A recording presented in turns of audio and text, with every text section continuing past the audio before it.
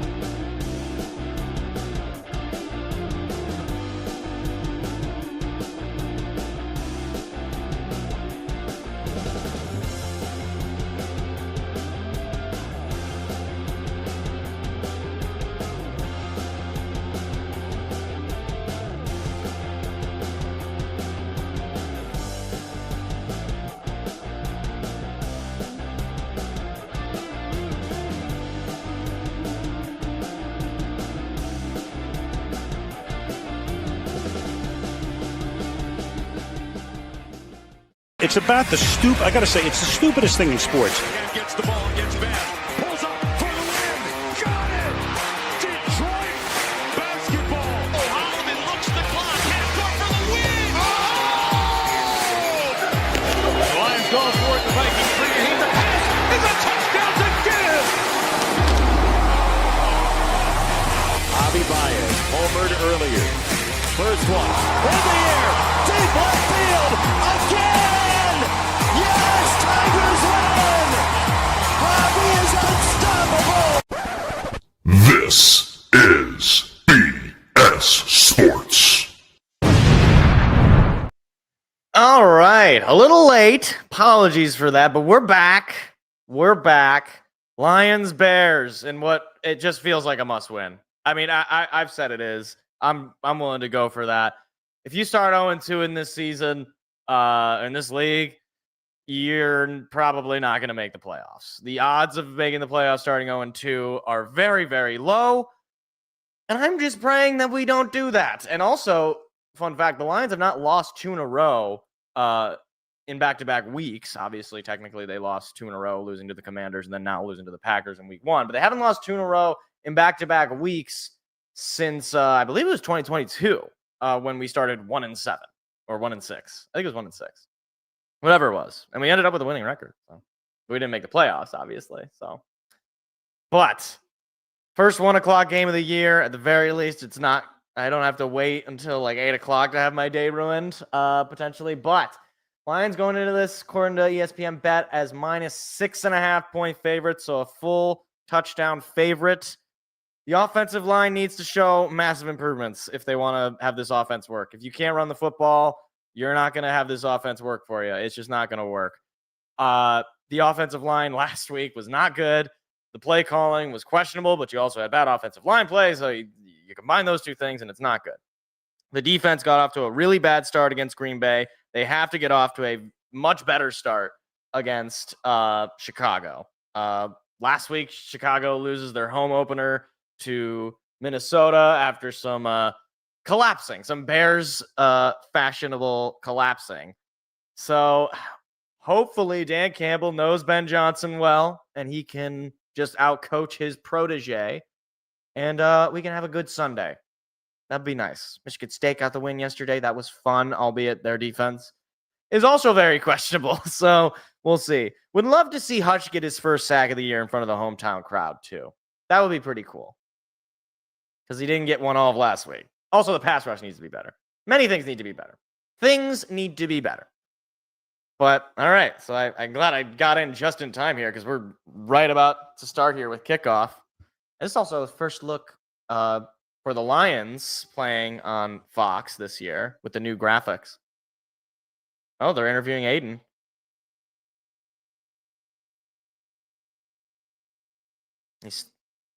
He looks weird with the like shaved head, whatever it is. Like, I kind of liked it when he had like the mane, you know? That was a much better look.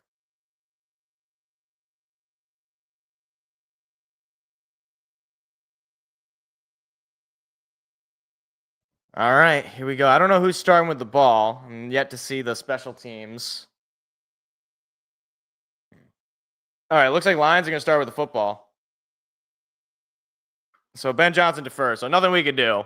But Bears will get the ball to start the third quarter. Lions get the ball to start the day. So here we go. Home opener for Detroit. And that kick is going to bounce and end up out of bounds. Or, yes, it'll end up out of bounds. A flag is thrown there. So that'll put the Lions at the 35-yard line, I think. So not the way you want to start the game if you're Chicago. First penalty of the day goes to the special teams of the Bears. All right, so in comes Jared Goff, home opener last week. Struggled immensely. Did have something going for him a little bit in the second half, but just one touchdown and a pick against Green Bay. He's starting under center with Gibbs in the backfield. Khalif Raymond going in motion. Play action pass coming from Goff. Plenty of protection. He throws. It is caught by Amon-Ra. Big game past the 30 and brought down to the 25-yard line. That is a way to start the day. Play action pass from Jared Goff immediately flips the field in Detroit into Chicago territory. I mean, he easily breaks separation there. I believe that's Stevenson in coverage. I think that was the nameplate I was reading. But the play action, that's where this offense was so deadly last year and really the last couple of years. And just like that, Jared Goff's got a big gain. Lions down to the Bear 26. Raymond going in motion again. This time, Goff's going to keep it on a screen to Laporta. Sam Laporta going to force his way forward. Should be enough for a first down. Might be short by a yard. So back-to-back play action throws from Jared Goff, 2 for 2. Lions into the red zone. Got the rookie Tate Ratledge playing right guard next to Penei Sewell. Taylor Decker, who is dealing with some injury. I think he was playing with an injury last week, but he was dealing with injury all week. He is in there. Gibbs still in the backfield. They're going to call it a 2nd and 1. This time the handoff goes to Gibbs. Finds the hole. Jahmyr Gibbs brought down to about the 12-yard line, enough for a first down. And boy, this Lions offense looks way better on its first drive than it did last week, I'll tell you. All positive plays. Montez Sweat on the defensive line there for Chicago.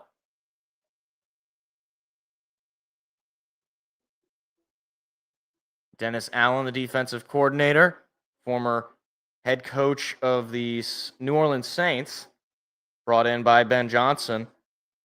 Goff takes the snap, hands it off to Gibbs. Gibbs finds a nice hole. He brings it all the way to about the 6-yard line for a gain of about 5. Makes it 2nd down and 5. Lions have yet to see a 3rd down this entire drive. And this is only their second down. They are moving with grace and efficiency.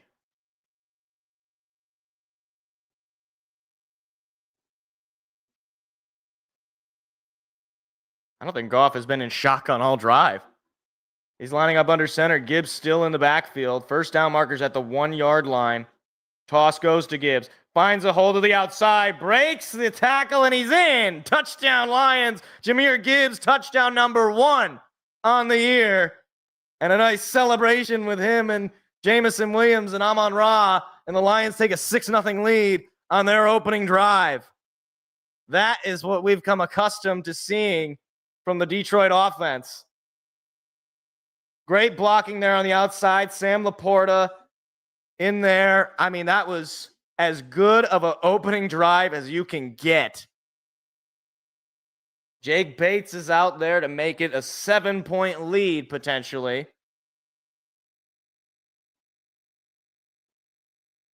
Snap, hold, and the kick is up, and it is good. Perfect kick from Bates, and the Lions start their home opener. First, a kickoff out of bounds to give them good field position, and then they just marched down the field. 7-0 Detroit. That is what I want to see.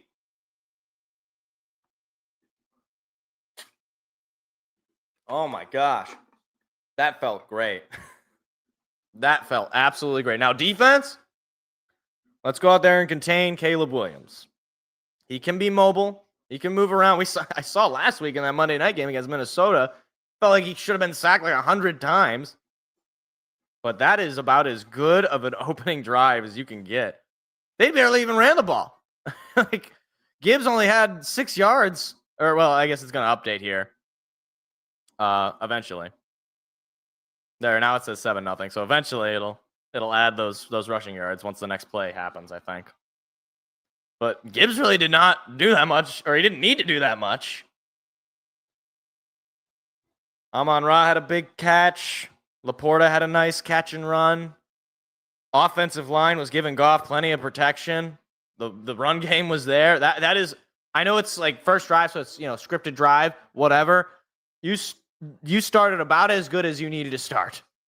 So, defense, your offense just gave you 7. Give them 0. Gosh. Oh, my Lord. Lions fans boo Ben Johnson. Good. See, I don't understand these people who are like, why are they booing? It's like, he's on the other team. I mean, like, I wouldn't, harass the guy if I saw him on the street. But, yeah, you're booing the other team. They did the same thing for Stafford. I mean, I would imagine they did the same thing for, when we played Ndamukong Suh in the future from after that. Or I mean, he's not, as big of a player. Big play Slay.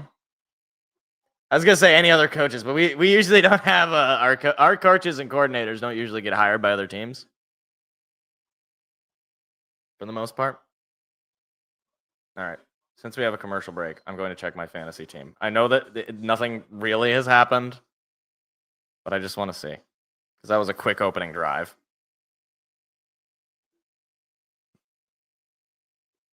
No, it's taking a long time to load. All right. Here we go. Nope. 5 plays, 60 yards, 2 minutes and 47 seconds.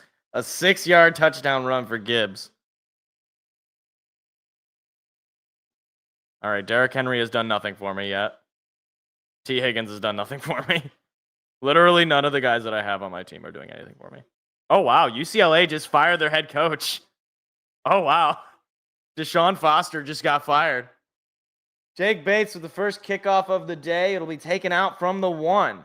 Past the 20 now and brought down at about the 25-yard line. Great play there by the Detroit special teams unit. And in comes Caleb Williams and the Bears offense. The last time they were playing in this field, well, it was Thanksgiving Day, and Matt Eberflus had coached his last game. He just didn't know it yet. Caleb Williams last week was 21 for 35 with 210 passing yards and a passing touchdown. He also had 58 rushing yards and a rushing touchdown. But a fourth quarter, really a second half collapse is what led to a loss. Direct snap goes to DeAndre Swift, and he is brought down by DJ Reed. Big offseason acquisition for the Lions. It'll be a gain of about 4. That's an interesting play call to start the day. A little wildcat formation. Caleb Williams now in the shotgun. 2nd down and 5. He's going to throw. Williams throws it to Swift, and Swift is swallowed up by Big Jack Campbell. And now it'll be 3rd down and 4. Boy, this would be a huge opportunity for this defense to get off the field. Right guard for the Bears, former Lion Jonah Jackson, obviously has experience with Ben Johnson. The rookie Colston Loveland out of the University of Michigan as well. And, of course, former Lion DeAndre Swift in the backfield. They got DJ Moore out there on 3rd down and 4. Lions faithful is loud. I believe that's Moore going in motion to the left side. Snap. Caleb's going to throw. Caleb under some pressure throws. It is caught just barely for a 1st down. Zacchaeus converts. Tyleik Williams starting the day on the Detroit defensive line, the rookie out of Ohio State. first round pick this past draft. Pass coming. Flag is thrown. I think they jumped off sides. Caleb Williams was on the ground there. I think he got hit before they were able to blow the whistle. And they're going to call a false start on Chicago. That's the second penalty of the day on the Bears. And the Ford Field effect having its presence known.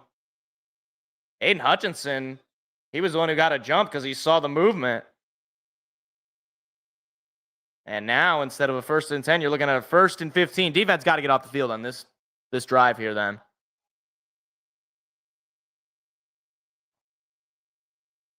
Williams is under center. There's the snap. Handoff goes to Swift. He's got a big hole. Swift is brought down past the 50. And a big first down on a 1st and long. Yeesh.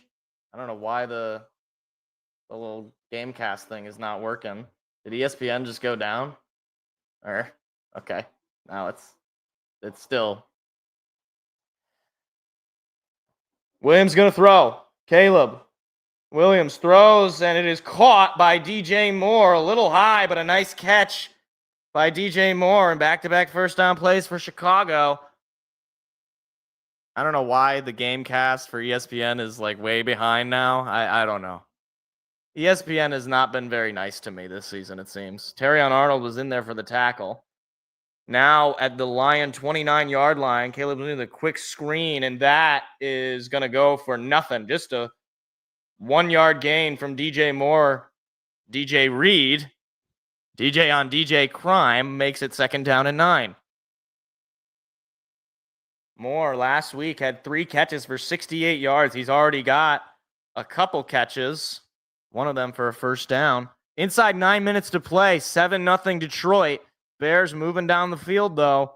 Caleb Williams yet to throw an incompletion. He's 4 for 4 for 26 yards. More motion. There's the snap. Pass coming. Caleb throws it. It is incomplete. He could not come up with it. Jack Campbell there in coverage. And now it'll be 3rd down and 9. The deepest 3rd down this drive so far. Big opportunity here for the Lions on defense.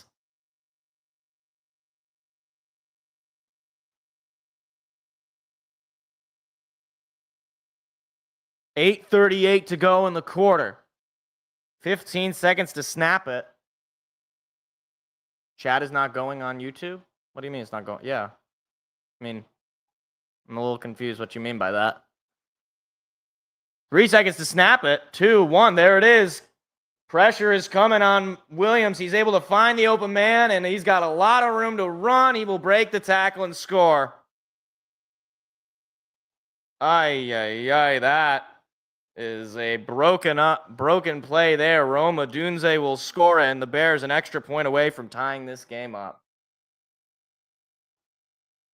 I don't know why this is not, like, the game cast thing is just being dumb. It's got the score, but I don't know why it's not. Let me just. So here comes the extra point to try to tie this game up. Snap, hold, kick, and it is good, and we are tied. I just want to see if maybe it updates now.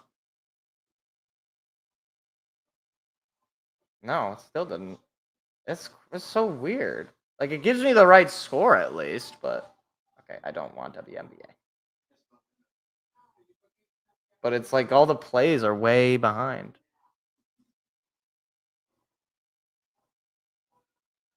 All right, well, the defense did not do its job. You had multiple 3rd downs where you just didn't come up with it. That last one, you should have had to stop. Roma Dunze was way too open. They did bring the pressure, at least, on Williams. He had to get rid of it quick, but that was not a great showing from the defense. Hopefully the offense can answer back here.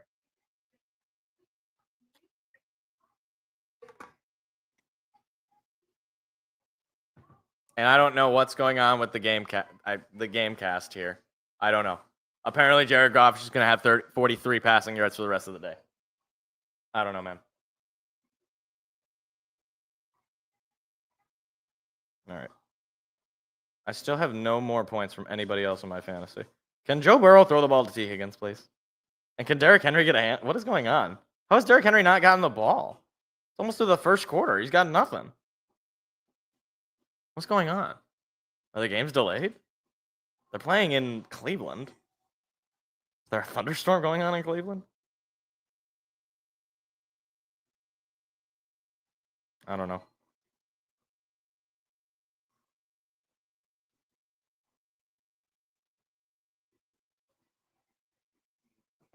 I'm just going to keep refreshing and see if that does anything.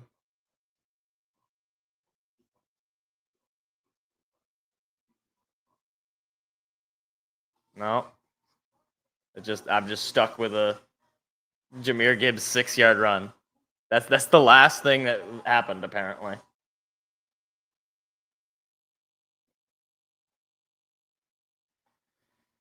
So both teams offensively had success through their scripted drives. So let's see what happens when you got to go a little off the script for either team. 8 plays for 74 yards and 3:43 taken off the clock. Odunze with a 28-yard touchdown catch. It's his second straight game with a touchdown for the former Washington Husky, Rome Odunze. Here's the second kickoff of the day for the Bears. It'll be taken out from inside the 5. Grant Stewart past the 20, now past the 25 and brought down to about the 30. He was tripped up. Yeah, Rome Odunze went all the way the other opposite way, and nobody had him. Jack Campbell, there was nobody. They were trying to blitz the quarterback, but I don't know how you leave Rome Odunze that wide open. That just doesn't make a whole lot of sense to me. You almost had a tackle there at least, but Jared Goff under center. Jahmyr Gibbs still in the backfield. No David Montgomery so far. And it's going to be a play action pass from Goff. He's got plenty of time. He sails it. It is caught by Amon-Ra St. Brown. Another first down. A big catch for him. Jeez, those play action plays from Jared Goff. Let's see if he did end up catching this. Yes, he did. Wow. That is a great catch from Amon-Ra.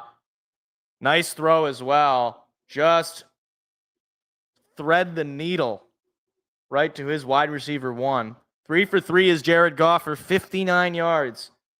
He stays under center. Khalif Raymond going in motion. Another play action pass coming. Jared looking, going deep, looking for, oh man, Jameson was open and he underthrew him.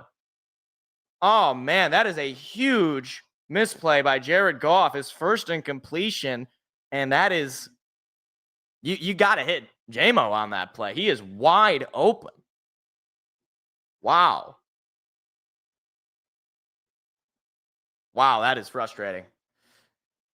Got to forget about it. 2nd down and 10 at their own 46-yard line. Now Goff in the shotgun with Gibbs to his left. He's calling kill. Now Gibbs goes to his right.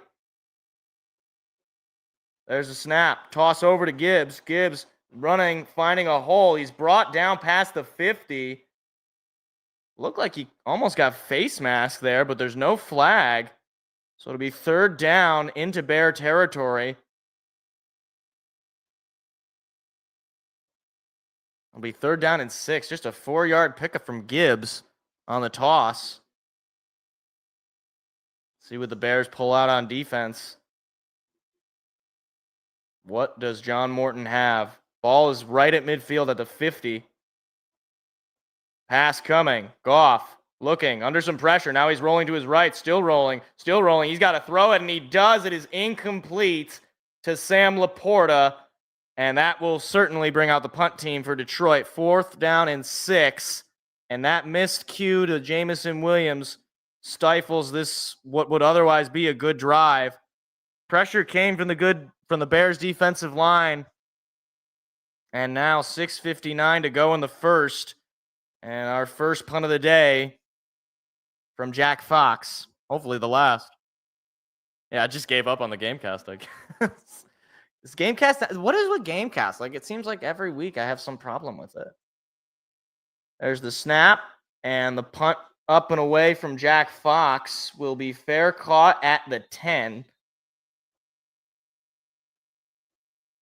Let me see if maybe I refresh if it'll work now. Goff frustrated, obviously, because missed the opportunity there with Jamison Williams. That should have been at least a field goal drive to reclaim the lead. And that's just a mistake by Jared. All right, I'm checking my fantasy again.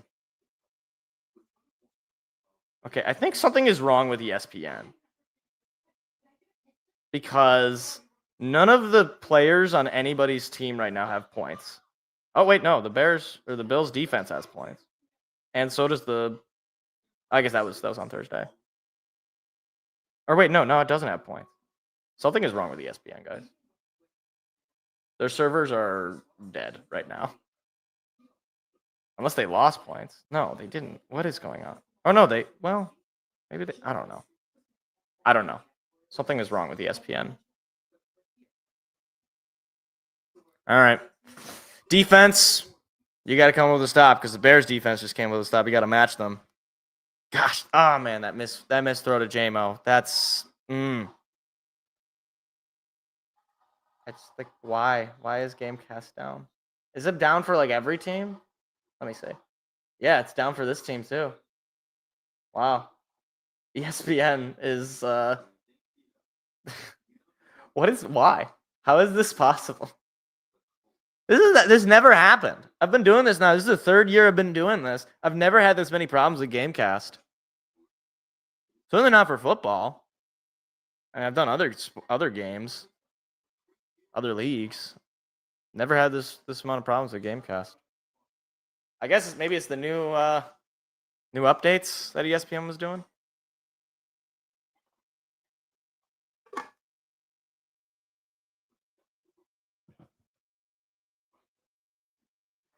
Oh, man. Now the nerves are getting really high. They're getting really high now, guys. I need the defense to step up right now. You know what I'd like? I'd like an interception. That's what I would like. Or otherwise a turnover. Fumble. Heck, I'll take a safety. They're at their own 11. That's not crazy. A couple of plays for a loss. That can happen. Probably not going to happen, but it could happen. Maybe a bad snap goes to the back of the end zone.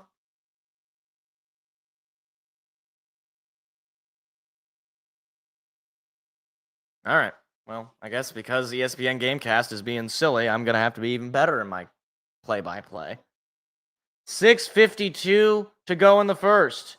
Direct snap goes to DeAndre Swift, and he will just run out of bounds for a 1-yard gain. That is the second time in a row that the drive begun with a direct snap to Swift.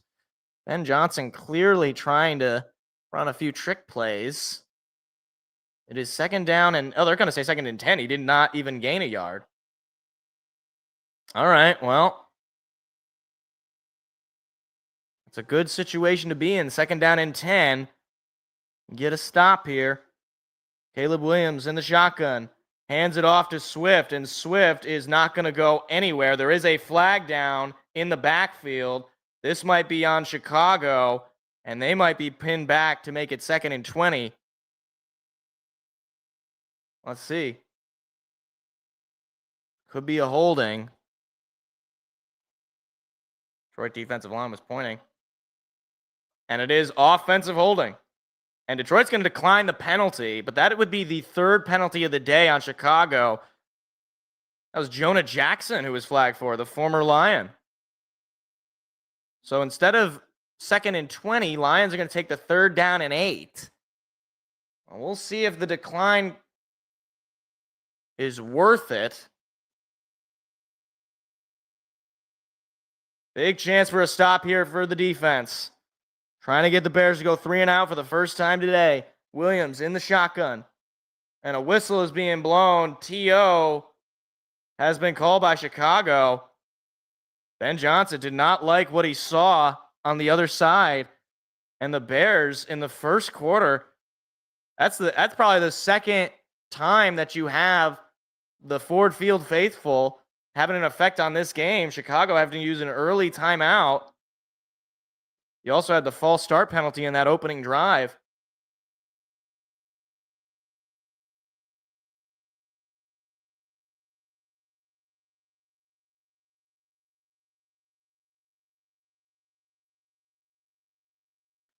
So 3rd down and 8. Caleb Williams is 5 for 6 for 54 yards and a touchdown. This is the second drive of the day for Chicago. They've got just 2 yards on it. Williams takes the snap. He's going to throw. Williams finds the man. It is caught but brought down short. That is Terrion Arnold with a big tackle there. It'll be 4th down, and the punt unit's coming out for Chicago. Great stop there by the defense.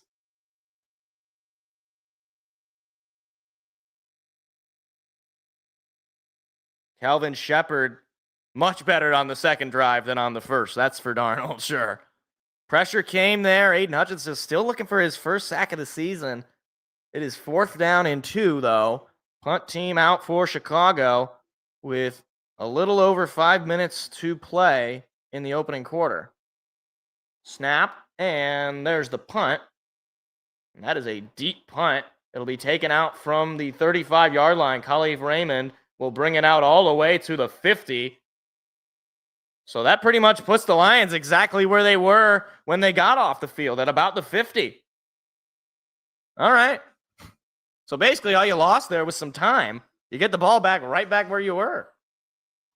All right, we're going to try refreshing the Gamecast again, see if it comes back. Is it going to work? Oh, my. Yeah, guys, I think something is going on with ESPN servers. I'm going to look that up. ESPN servers down. ESPN down. Current outages and problems. Oh, yeah, they just... it's like a giant, like, spike. App down, website. I'm going to report the website. Or a live channel. Well, not the live channel. It's not the TV channel. And then I guess I'll also report the app as well. Just allow this time. Maybe something else? I don't know. Let's just keep reporting. But okay. All right. Good to know it's not just me. Something is going on with ESPN. All right. Now, defense just came out with a huge stop. Come on, offense. Let's get that lead back. You're right back where you were when you had to punt it away at the 50-yard line.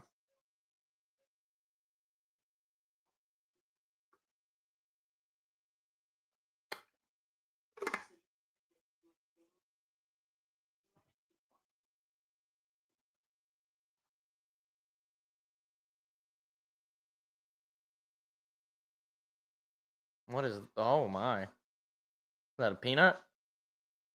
Covered in chocolate? No, it's an M&M. Oh, wait, no, maybe... Oh, yeah, peanut M&Ms. People like the peanut M&Ms. People do. Big fans of it. I'm going to try the fantasy app, but I don't think it's working. I'm pretty sure, like, everything is down. It's okay, ESPN. It's not like Sunday's a very busy day for you. During mid-September.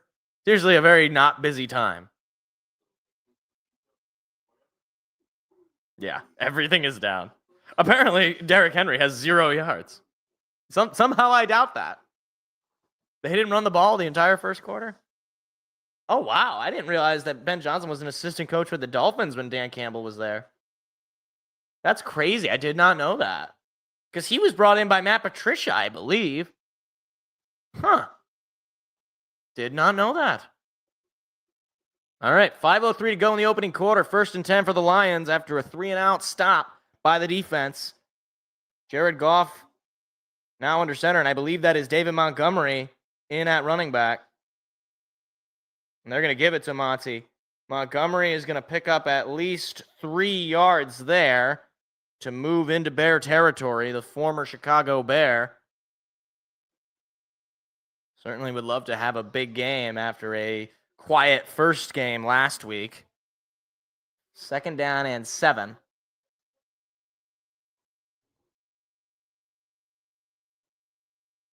I mean, you can see my fantasy team there. Sorry. Didn't want to have my fantasy team as the only thing on the ESPN broadcast, or on the ESPN Gamecast, but they just decided they didn't want to work on Sunday. Goff under center. Takes the snap. Play action. He's going to throw. Goff under pressure, brought down and sacked. There is a flag on the play. Montez Sweat came in with the sack, but we'll see if this stands. 2 penalties. So we'll see. This might be a break for the Lions. Take a look. Still waiting on. Okay, are we going to get the actual. He's talking. The referee's speaking to the coaches, it looks like, but I don't know what's going on. All right, here we go. I think. Okay, here we go. Illegal formation on the offense, but then illegal contact on the defense. So you get offsetting penalties, so that gets rid of the sack. All right, so basically Detroit gets away with one. Unfortunately, the illegal formation obviously doesn't give Detroit yards, but you're back at a 2nd down and 7, and you will take that for sure.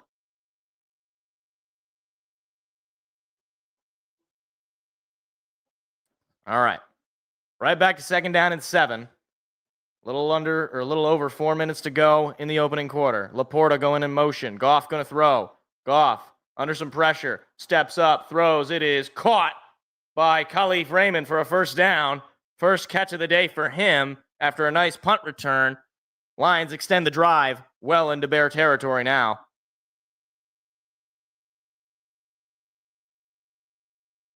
That's a nice throw, too, by Jared. Had to weave that through at least a couple of defenders. And he steps up there. Defensive lineman put his hands up. I don't even know how he sees that. Wow. Now at the Bear 34 or 33. Goff on a play action. He's going to throw it up the middle. It is caught by Amon-Ra St. Brown with a stiff arm, staying on his feet. There goes Amon-Ra, and he's brought down just shy at the 1-yard line. Amon-Ra with a big catch and carrying the defender with him makes it 1st down and goal with 3 minutes and 3 seconds and counting to go. The play action is just so deadly, and the offensive line protection for Jared Goff is a massive improvement compared to last week against Green Bay. Now at about the 1.5-yard line, Goff under center, gives it to Montgomery, looking for the end zone. He's going to find it, I believe. And he's in. Touchdown, Lions. Took a little bit for the signal, and David Montgomery reclaims the Lions' lead. It is 13-7.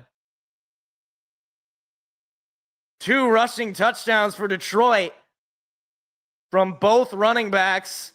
First, it was Sonic, and then it was the bruiser Knuckles. They tried. That was a good effort there by the D-line. But Montgomery's going to get you at least a yard every time he touches the football.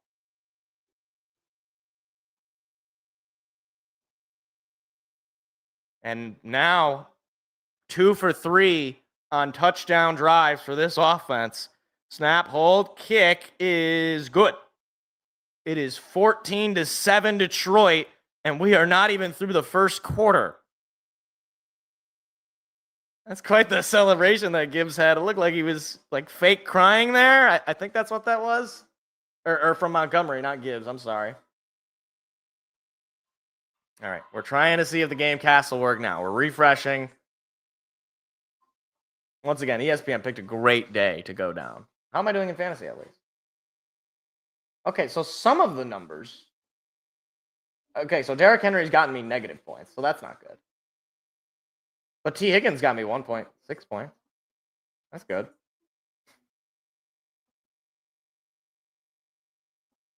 All right. Offense looking good. Defense just had a good stop there as well. What I want is a stop with the lead from the defense. If we can go up like 21-7 in the first half, that'd be nice. That would be very, very nice. Speaking of other games, Tigers playing the Marlins. They lost yesterday. They got walked off, which sucks. Hopefully they can get at least one here before they go on to the off day tomorrow. I'm going to actually pull that game up on the side. Just to have that. Have a little bit of Tiger updates. They're getting close here, closing out that division. They got Cleveland, I believe, start the homestand this week.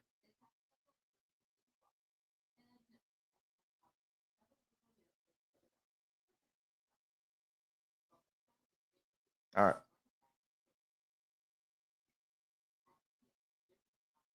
Okay. Oh, get rid of the stats. There we go. The FanDuel Sports Detroit app is not good. I'm just like, if anybody from FanDuel Sports, the network, can speak to like one of the like engineers or whoever runs the app, tell them to make it better. The TV one is bad too. It'll just randomly crash in the middle of a game.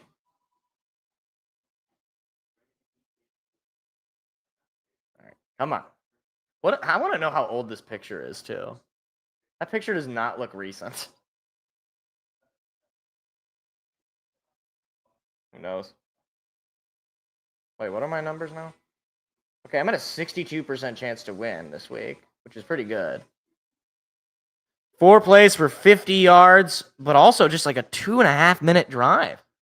1 yard touchdown run, a couple of red zone drives, both of them end in touchdowns. All right. So Jake Bates back out to kick it off for the second time today. See if the defense can get another stop. This will be caught at about the 1 yard line. Now past the 20, looking for a lane, and a stiff arm forces him out just past the 35-yard line. So a decent return there out of the 1. And in comes the Bear offense and Caleb Williams.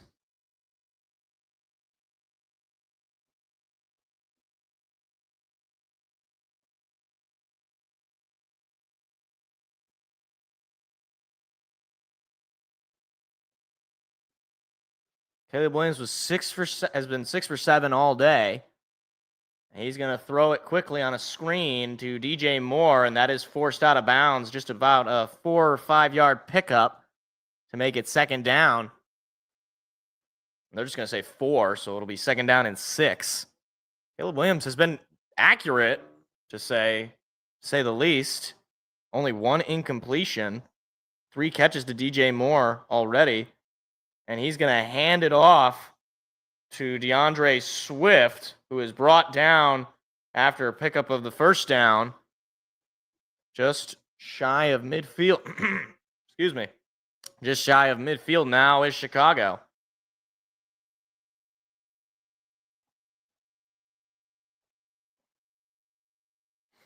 Chicago is trying to run the ball a lot more than I would have expected. Here comes a play action pass from Williams. He's got plenty of time, airs it out deep, and it is way overthrown.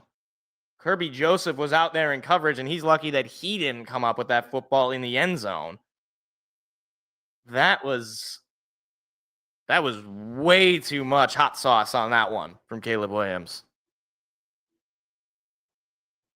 To make it second down and 10.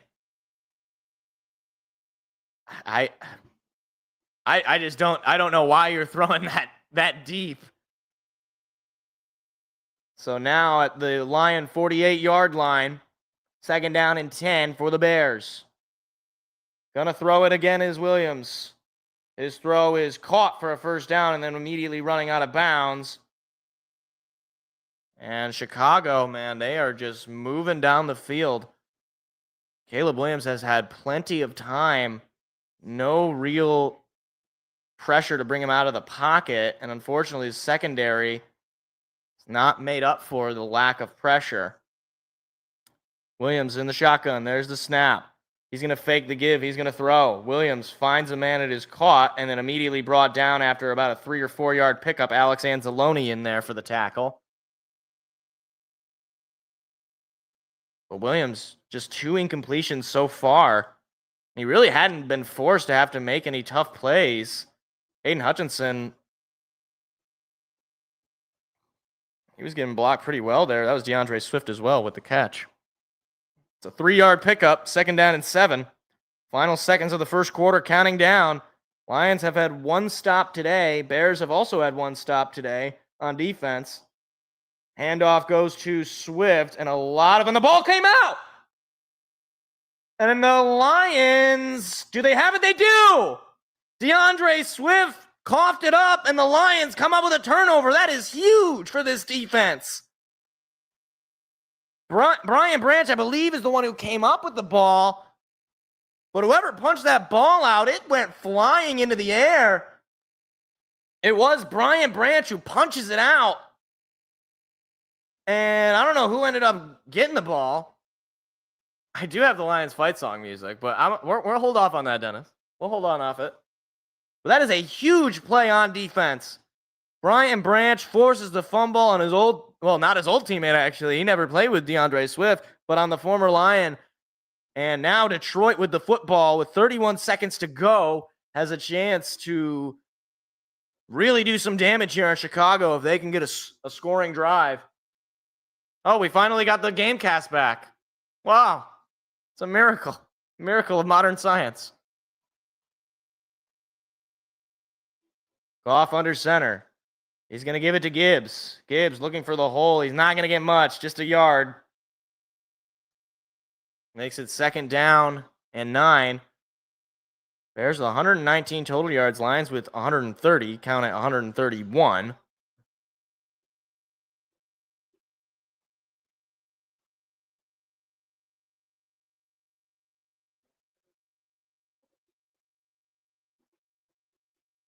And that will do it for the first quarter. So after 1, Lions up 14-7. But they get a huge fumble recovery. Look at that. Did you see Aiden Hutchinson just hurdle over a offensive player?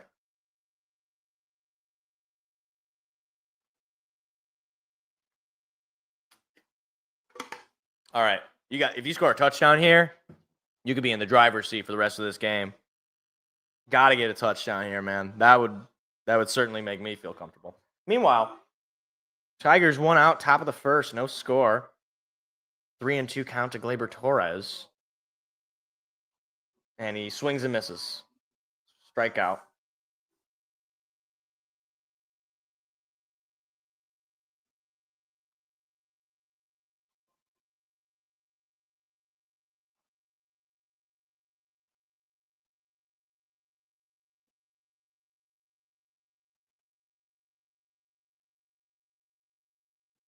Murder in a small town.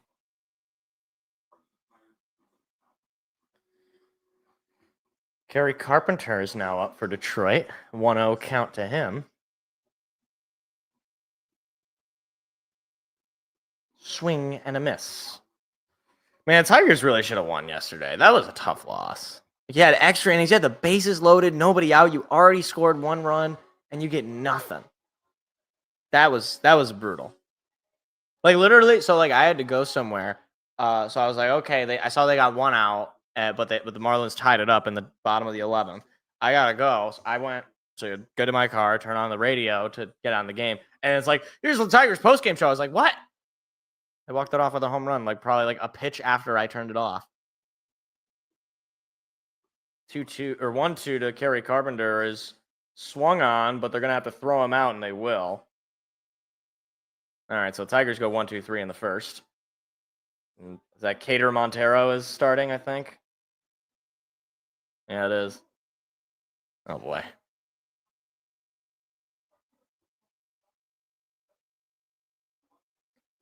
All right. At least now we have some accurate stats. Goff with 105 yards. Gibbs 22 yards on the ground. But Swift, man, he's leading both the teams in rushing. He's got 40 yards. Amon-Ra with 82 yards, though, at least. Lions sitting with a 77.2% win probability, according to ESPN right now. Whoa, Jimmy Fallon's at the game? And Keegan-Michael Key? Jimmy Fallon's not from Detroit, and there's Eminem. That makes sense. Is Cade Cunningham at the game? Any other local celebrities? Goff under center. Takes the snap. Play action. He's going to throw. Goff looking. Going to go deep. Looking for Jameson Williams, and it is overthrown incomplete. Second time he's missed on JMO. And it'll be 3rd down and 9. You don't need a big play like that, really. And, I mean, JMO did have his man beat by about a step, and Goff just could not quite drop it in there for him.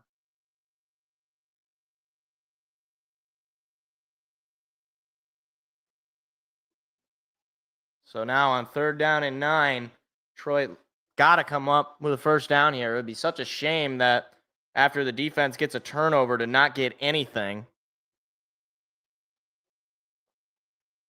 I believe that's Isaac Tesla going in motion to the left side. He had a touchdown last week. Lions are going to call TO.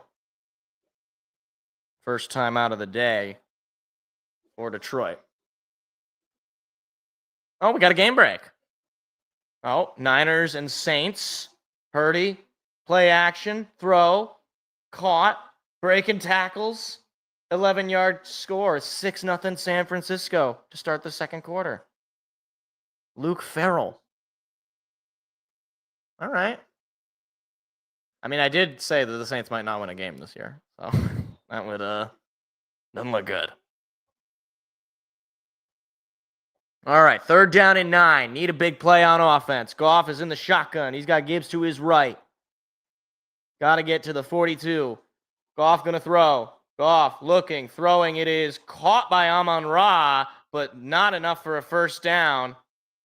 It'll be 4th down, and the punt team. Oh, no, they're going to say it's incomplete. Well, either way, it'll be 4th down. And that is such a missed opportunity by this offense to really take control of this game, at the very least to eat some clock.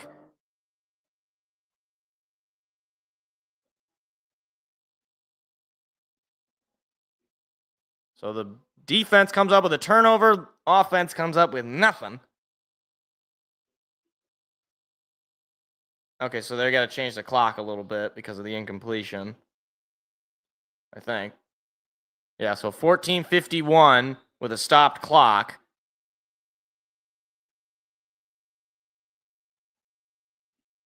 So this is the second punt of the day for Jack Fox. And he boots it fairly deep, but it'll be picked up at about the 20. Looking for some blockers up ahead. A couple of missed tackles there by Detroit special teamers. And in comes Caleb Williams once again. We got a short break here. 2 outs, bottom of the first for the Tigers. Still no score. Cater Montero almost. He's going to get a 1-2-3 inning. That's a grounder to third. There you go. 1-2-3 inning for Cater Montero. It's a nice start. Hopefully that's the first of many 1-2-3s. All right. Caleb Williams back in. He had a real promising third drive, I should say, that was stopped with a Detroit turnover. But their first drive was a touchdown, and then they had back-to-back drives with no points, punt and a fumble. There's the snap. A quick handoff to the I think that was a receiver. I think it was Roma Dunze. Oh, no, it's Zacchaeus, who was brought down after a 9-yard gain. I don't know if anybody really picked that up. Detroit is lucky that that was just a 9-yard gain. 2nd down and 9, and Chicago's moving quickly here. Williams in the shotgun. Snap. He's going to throw. Caleb under some pressure. Throws it. Is tipped, and it is incomplete. Manungai was the intended receiver. That makes it 3rd down and 1. This is a tough 3rd down to be in, but if Detroit can get the stop here, again, the momentum would continue to swing their way. Tyleik Williams got in there and batted that pass down. That is one of the reasons they drafted him in the 1st round. National champion with the Ohio State Buckeyes last season. Williams under center. It's not DeAndre Swift. He's going to run with it, and I don't think he got it. I'm not sure. That's going to depend on the spot. And based on where that line judge is, he did not get it. And the Lions come up with a stop on 3rd down and 1. We'll see if Ben Johnson is going to go for it on 4th and 1. And they are going to go for it. This is a really risky move if the Lions defense can stop them here. Ben Johnson obviously knows how Dan Campbell likes to call his games, and he's got to match him. And we'll see if maybe they're just going to get the Lions to try to jump off sides. Williams under center. And he's going to snap it, and that's going to be close. He might not have gotten it, and he did not. It's going to be a turnover on downs, and the Lions defense with a huge stop. Oh my goodness, what a stop there. Back-to-back quarterback sneaks, and Caleb Williams could not be moved by this offensive line up against Detroit's D-line. That is a huge stop by Calvin Shepard's defense. And now the offense in Bear territory has a chance to take this one over.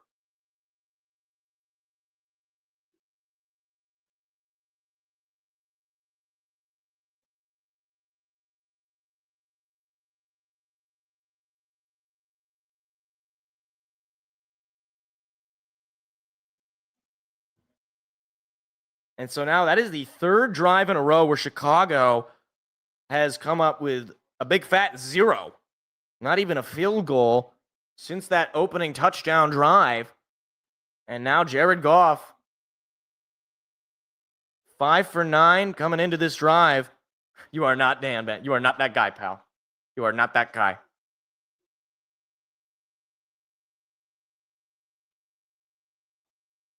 So they're going to look at, are they looking at where the spot was? They I guess so. I mean, you can't overturn it. There's nothing you can really tell. I can't see anything. No, I don't know. I can't see anything there. You have at that point you can't. There's nothing there to overturn it.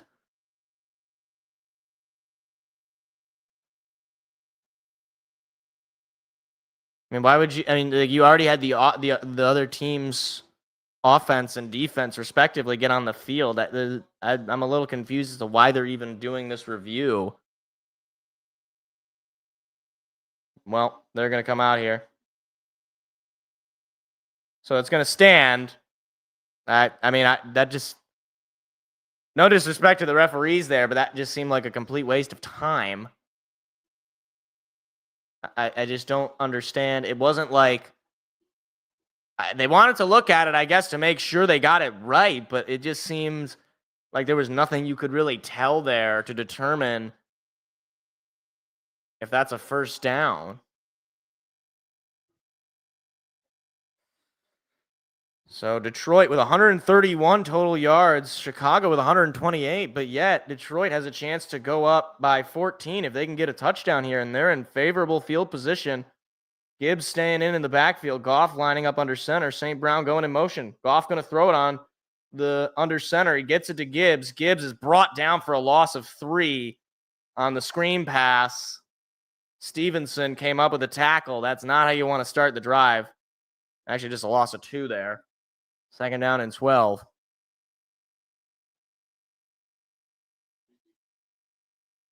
Yeah, Gibbs just unfortunately could not quite get the speed going there.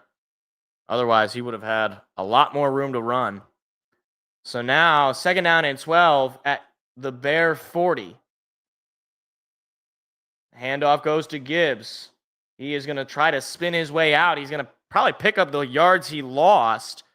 But it'll be 3rd down and 10. Detroit offensively has quieted down in this second quarter. Not a whole lot of big chunk plays that we saw on that first drive. Those first, really 2 drives. So now on a 3rd down and 10, in positive territory, he's going to throw it. Goff looking, ferals it. It is caught by, no, incomplete. Nearly intercepted. Amon-Ra St. Brown was the intended receiver. I thought it was caught by St. Brown. Oh, and it's just, oh man, just in and out of his hands. He almost always has that. Yeesh.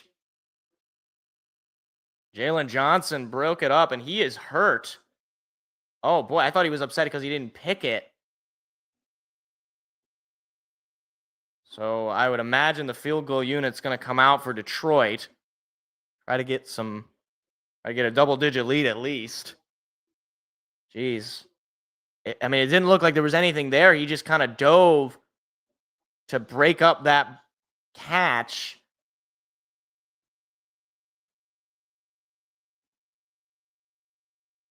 And here's some applause. Jeez. That's 2 drives, though, where offense could have had a touchdown. Oh, Tigers just took the lead somehow. It's 1-0 Tigers. Torkelson. Let's see.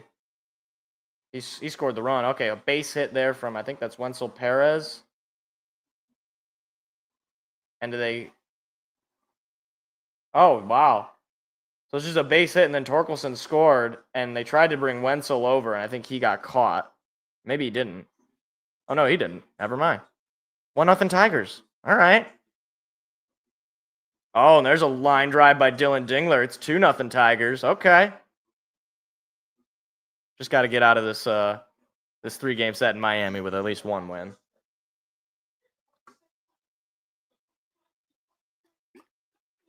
That was Colt Keith, not Wenzel Perez.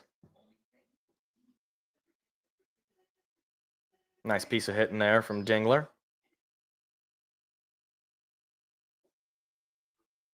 But that's a pass that Amon-Ra usually catches. I don't think that was a bad pass by Goff by any means. Amon-Ra just got it broken up. Good defense.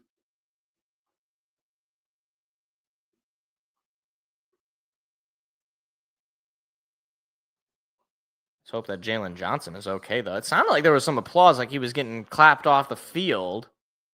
But then they went to commercial, so that makes me think, like, okay, what? Why? Like, how long are they going on commercial then?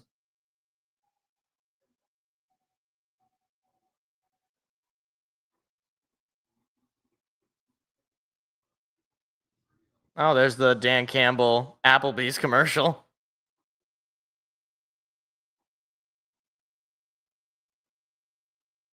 Are there actually 80,000 combinations?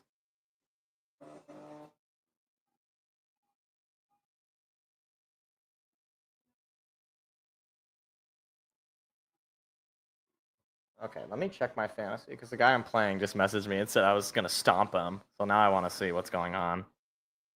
Okay, so Jake Bates is out there to try to kick a field goal. So Jalen Johnson went to the medical tent.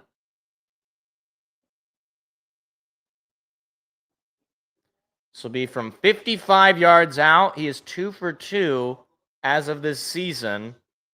The deepest was only 30 yards, though. He certainly has made it from this distance before. And it'll be pretty much a straight-up kick.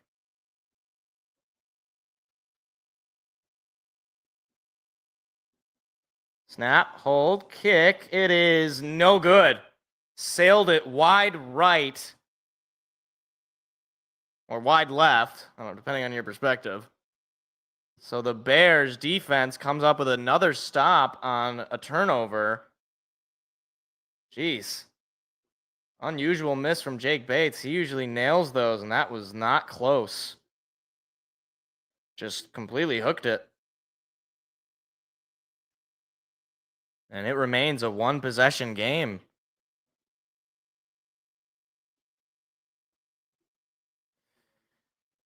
So neither team really offensively getting it going outside of that first quarter.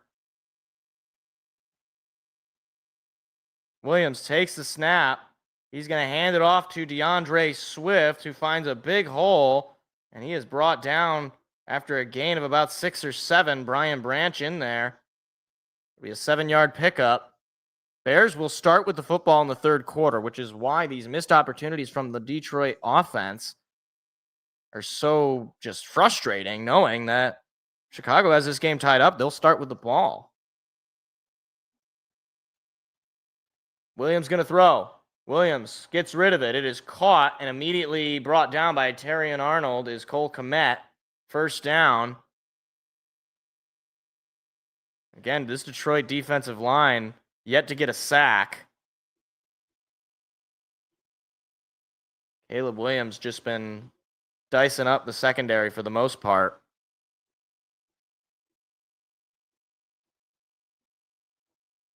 $10 for 13 for 86 yards and a touchdown for Caleb Williams. There's the snap. Play action pass coming. Williams under some pressure. He breaks free. Now Williams rolling to his right. Flag comes in from behind him. It is going to be an incomplete pass anyway. And I think this play is coming back. This might be a hold on Chicago. Aiden Hutchinson had blood on his mind. He almost got the sack there. We'll see what the flag is.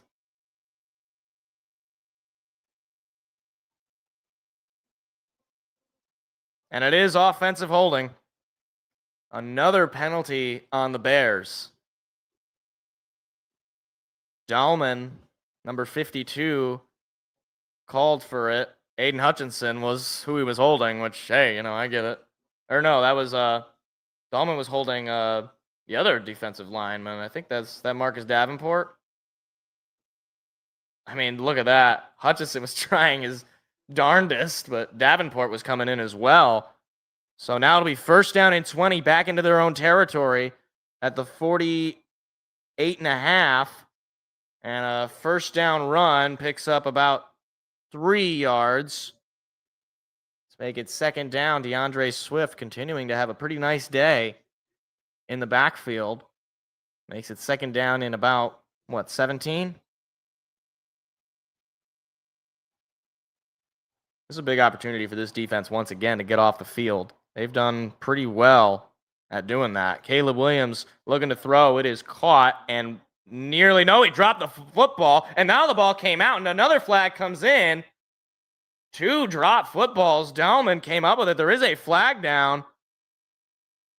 This could be on the Bears. Boy, that could have been dangerous if the Lions got that football. There's going to be another hold.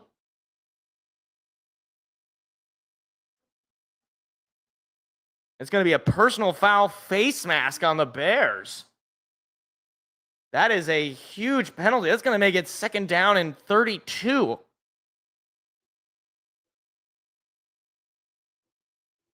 Jones called for it. And that is, now they are in deep. Second down and 1,000,000.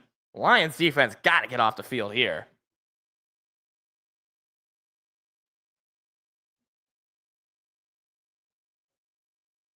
I think it's second down and 32 because it was second and 17 and then you lose 15 yards. Right? I mean, they're not showing it yet, but there we go. Second down and 32.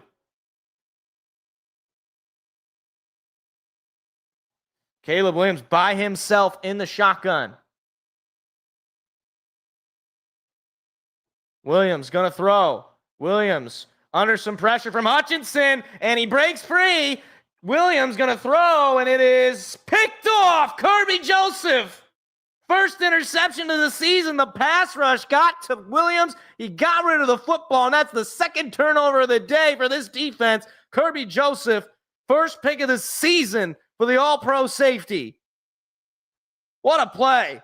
That is a great sequence by the defense. Aiden Hutchinson brought the pressure, nearly got his first sack of the season.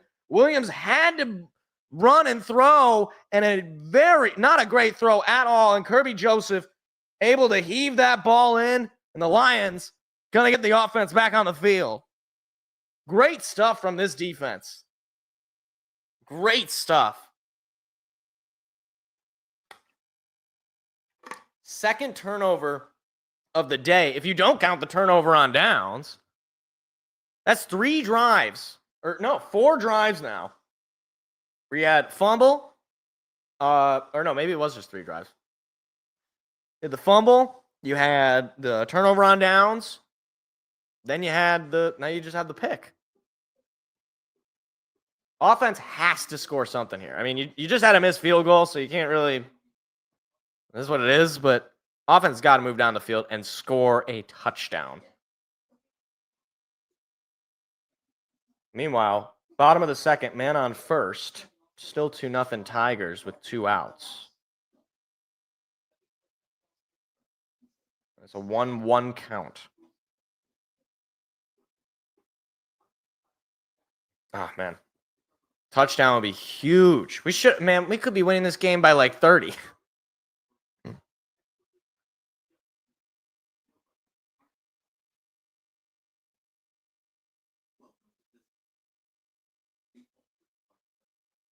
There's a strike 2 by Montero. It's a 1-2 count. At least I have that to check. Oh, yeah. I want to check my fantasy. I forgot about that. Let's see. All right. He's beating me, but I still got a 61% chance to win. Derrick Henry's got just half a point for me. T. Higgins got 3 points. At least. How do I have such a high win probability when Derrick Henry is like not even remotely close to getting anything for me?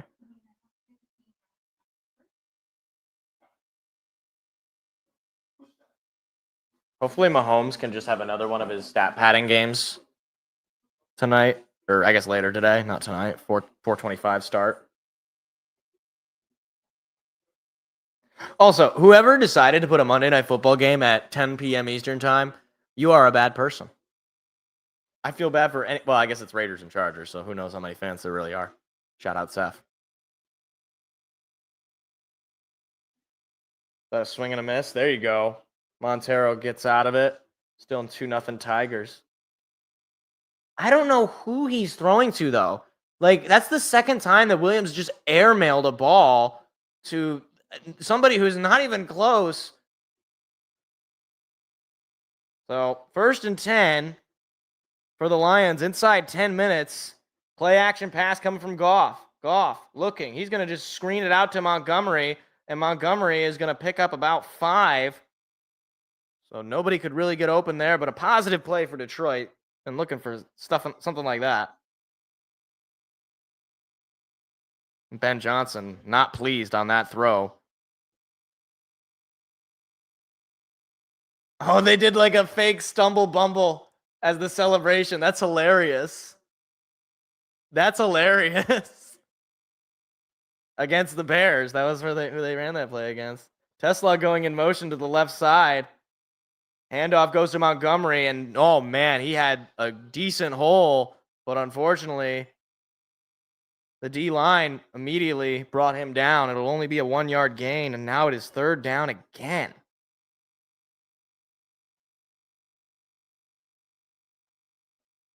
All right. 3rd down and 4. Gotta get this first down here. Keep this offense on the field. Your defense is playing really good football, and the offense, since the end of the first quarter, has not done anything.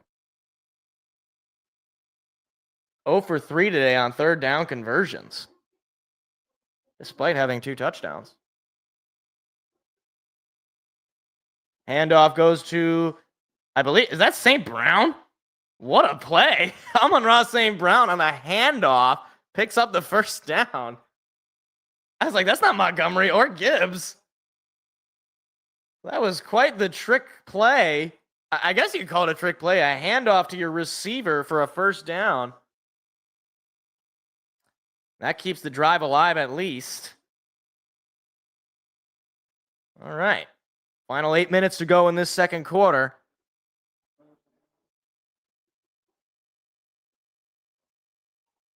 Goff under center.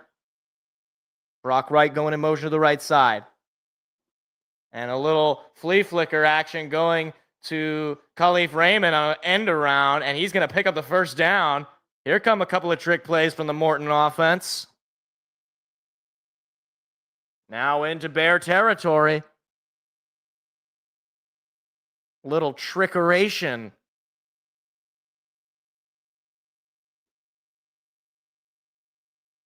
Fake handoff to Montgomery. Toss over to Raymond. And some nice blocking there up front as well. And now at the 45-yard line of Chicago.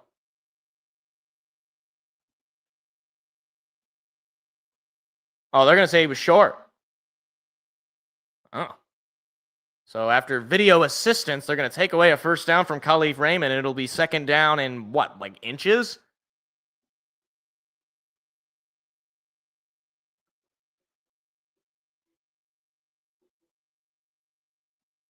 We'll see exactly where they spot him. I mean, it has to be pretty close.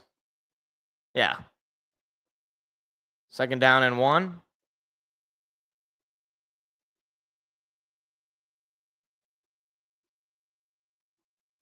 I think. I mean, yeah. Second down and 1. Okay. So a 9-yard pickup on the little reverse.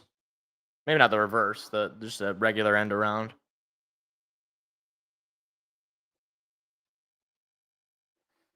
I'm surprised is the clock not gonna run, or what's going on? I don't know what's happening. Okay, now the clock is running. It's like, all right, 7 minutes to go in the half. Lions had the football up 14-7. They've been trying to extend the lead now for, I think this is the third drive. Handoff goes to Montgomery. He's got a nice hole, and he's going to pick up a good amount of yards. Isaac Tesla, a little bit of extracurriculars there, but no flag. Like to see the grit from him. The local kid out of Arkansas and Hillsdale. Jeez. David Montgomery stood up Edmonds. 15 yards for Montgomery and a touchdown. Inside 6.5 minutes to go. Montgomery staying in there. Behind Goff, who is under center. 5 to snap it. There it is. Handoff goes to Montgomery. He's got a big hole. There goes Montgomery past the 25, now past the 20 and forced out of bounds. Lions into the red zone, and they are 2 for 2 in the red zone. Nice hole there from the offensive line. David Montgomery really starting to get going here. Amon-Ra St. Brown as well on the outside edge. Just got a second there of a block. And then some blocking downfield.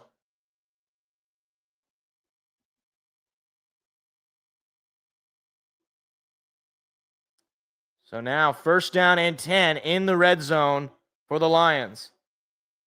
Handoff goes to Gibbs. Gibbs has got a lot of room. He's going to turn on the gas, looking for a blocker up front. He's going to pick up the first down, and that should make it first and goal. A lot of green grass there for Jahmyr Gibbs. The blocking in that secondary. Now Lions chance to go up 14 late in this second quarter. First down and goal. Final 5 minutes of the half. Goff has yet to throw a touchdown yet. He's got just one on the season to Tesla last week. Then the running game. There's the snap. He's going to throw. Speaking of, that's a catch by Brock Wright. Touchdown, Lions. The backup tight end gets his first tutty of the season, and the Lions extend their lead. 6 points, maybe 7 off the Kirby Joseph interception.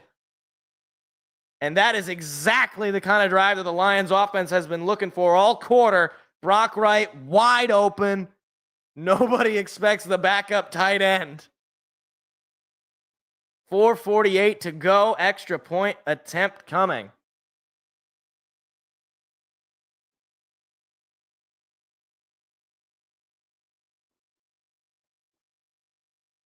There's the snap and the kick. It is good. Jake Bates makes up for the missed field goal with a made extra point. 21-7. Lions are rolling. Defenses coming out. Offenses come out here in the second quarter. Sam Laporta celebrating with his backup. Who would have thought that Brock Wright would have a touchdown before Sam Laporta would this year?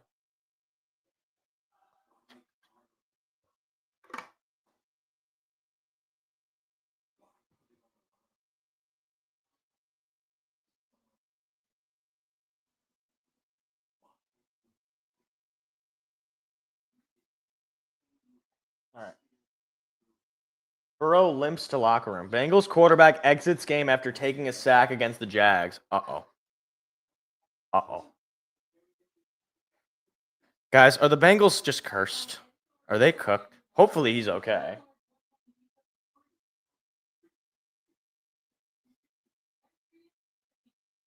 I'm like, okay, I still have a 55% chance to win, but now I'm losing in fantasy. T. Higgins only has 3 points for me.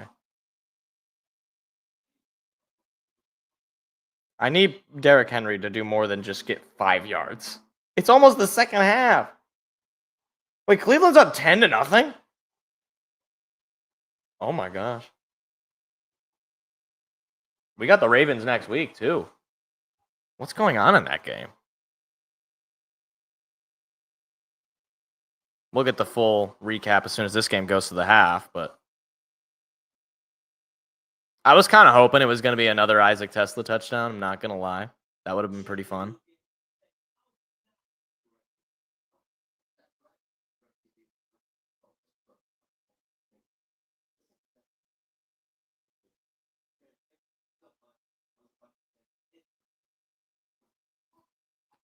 Is that what?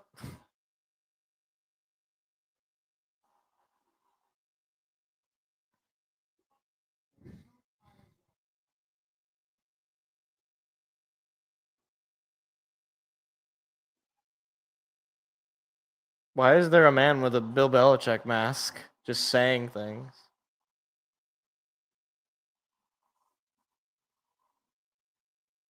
Texas Tech, Utah is the big noon Saturday game.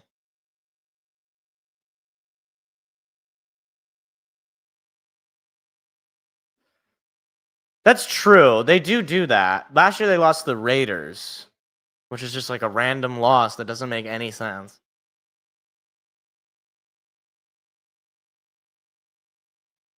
So now 21-7, Detroit with less than 5 minutes to go in the quarter and in the half. Boy, if they could get a quick stop here, get the offense back on the field. I know Chicago starts with the football, so you want to avoid this being at least a one-possession game at the half.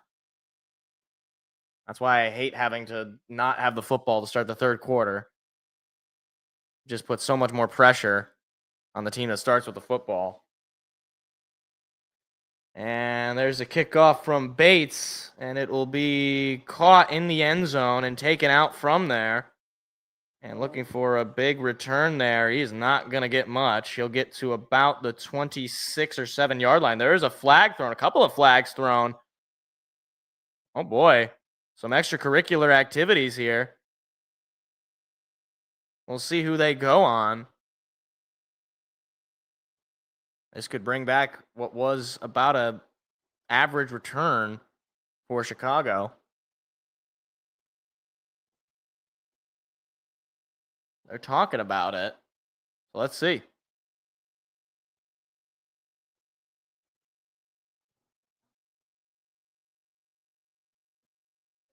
And they're going to call unnecessary roughness on Detroit. That is Rice.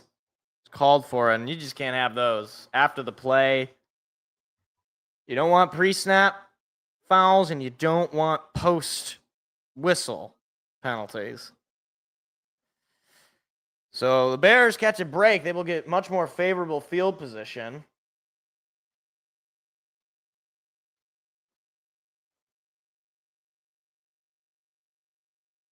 But the Lions defense has been solid, really, since that opening drive. Play action pass coming from Williams. He's got immediate pressure. He throws. It is incomplete. And there's the pass rush. Alex Anzalone on a blitz came in, forced Williams to throw it errantly. Last 3 possessions, fumble, turnover on downs, and an interception. And in that last drive, they had -8 yards on 4 plays. A couple of penalties really pushed them back. And now it'll be 2nd down and 10 for Chicago. Williams now going to call an audible. He's going to go under center.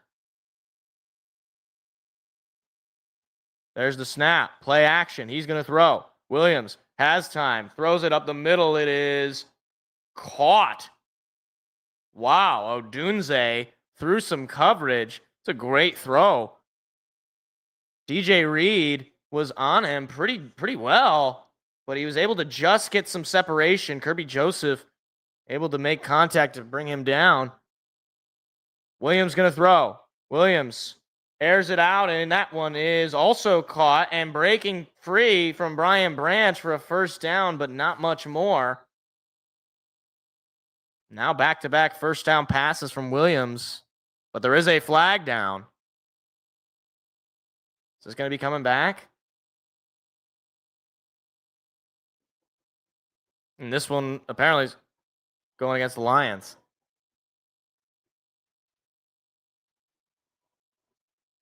They're waiting on the call.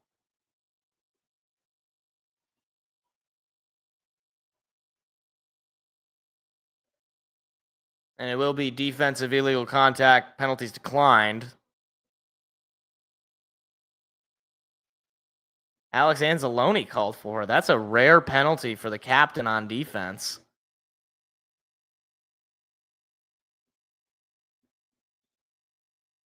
Also, I realize that the Gamecast has gone down again, guys. ESPN's just on a bender right now.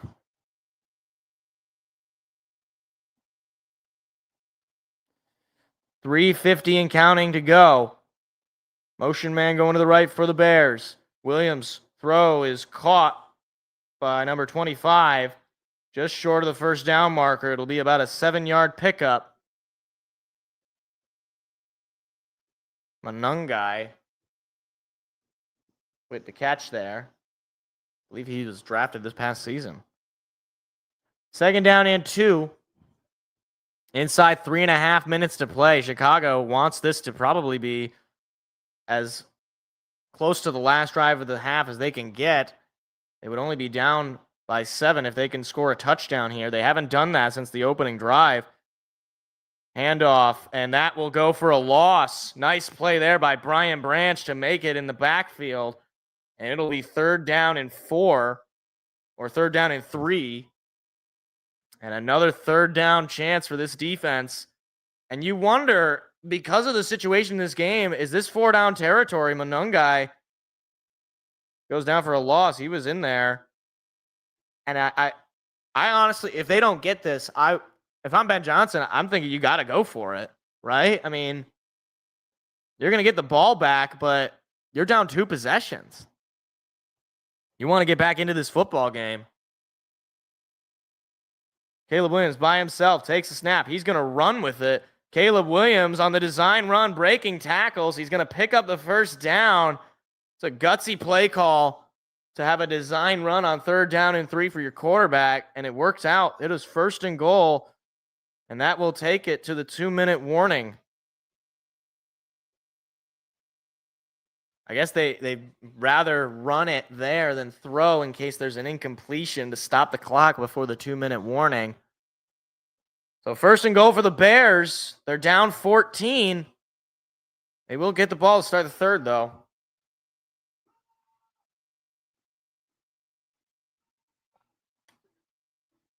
Is that Leo?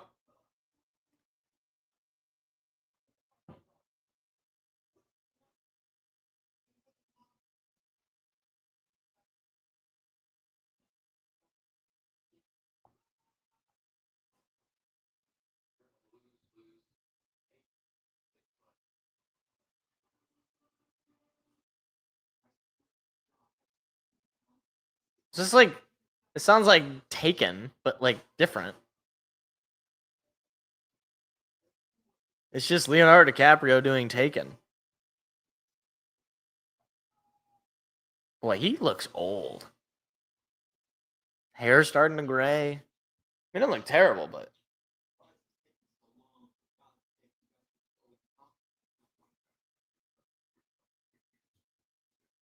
Meanwhile, bottom of the 3rd, still 2-0 Tigers, 2-2 with 2 outs, man on first. All right, well, at the very least, well, I mean, we'll see if the Bears score here, but hopefully we'll have a decent amount of time left. We'll have still 2 timeouts, depending on how quickly they score, if they score here. Could you imagine if we get a turnover here? That would be funny. That would be very funny. Oh, yeah. I should probably try to refresh. See if this is working. Or did it just die again? Okay. Now, no, I just needed to refresh. Okay.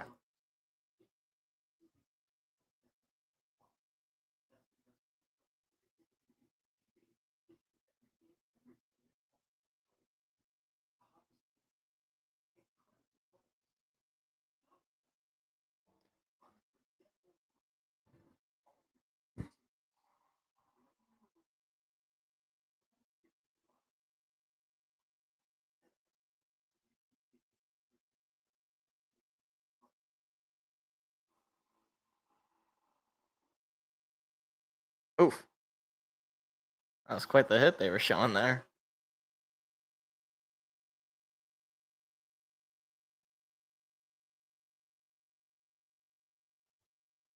Oh, there's Barry Sanders in the house. All right, 1st and goal for the Bears. They have not scored a touchdown since their opening drive. 1st and goal from the Lion, about 7.5 or 6.5. Williams rolling to his left. He's going to throw. It is caught. Touchdown. And honestly, as much as you don't want to give up a touchdown there, if you're going to, you'd rather they score quickly there. Now you got 1 minute and 55 seconds with 2 timeouts to be able to march down the field and try to at least get a field goal before going to the half where the Bears are going to get the ball back. And that was a little too easy. Jack Campbell kind of gave up there on the coverage. Rome Odunze, that's his 2nd touchdown of the day. So Odunze owners in fantasy are probably happy, but any other Bears receiver looking to get their 1st touchdown. Extra point is good, and that is a 7-point lead now for Detroit, 21-14.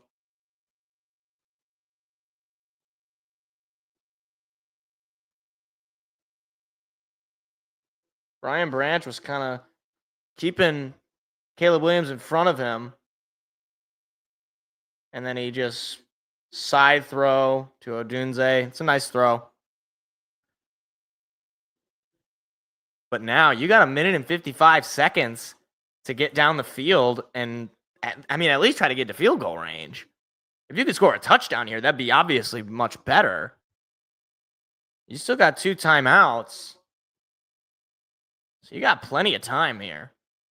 Plenty of time to do some damage. Yeah, right. As long as we keep taking the lead, though, Andrew, it's fine. Let him score like 100 touchdowns as long as we got 102.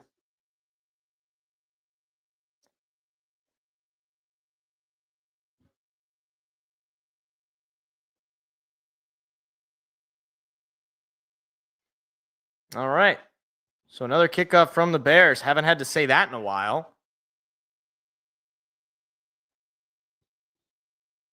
1 minute and 55 to go in this half.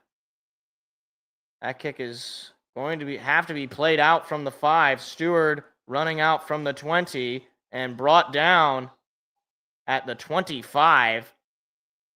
A big hit there. They lose just 4 seconds, though.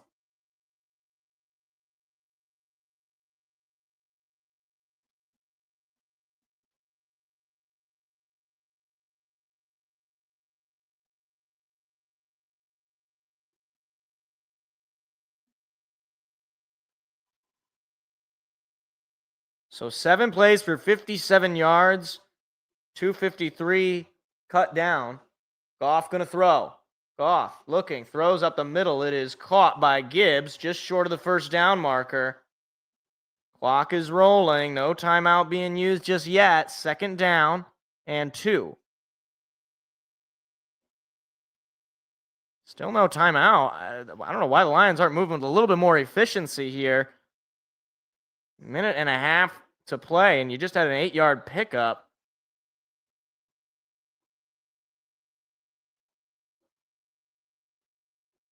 They are taking their time. Goff going to throw it again.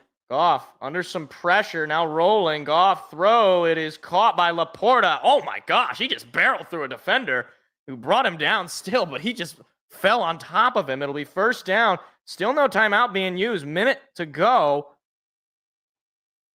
And they're just running. They're just getting no huddle here. Another pass coming from Goff. Goff throw is caught by St. Brown for a first down. Like I said, you had plenty of time here. So now you got a first down. They finally called a TO.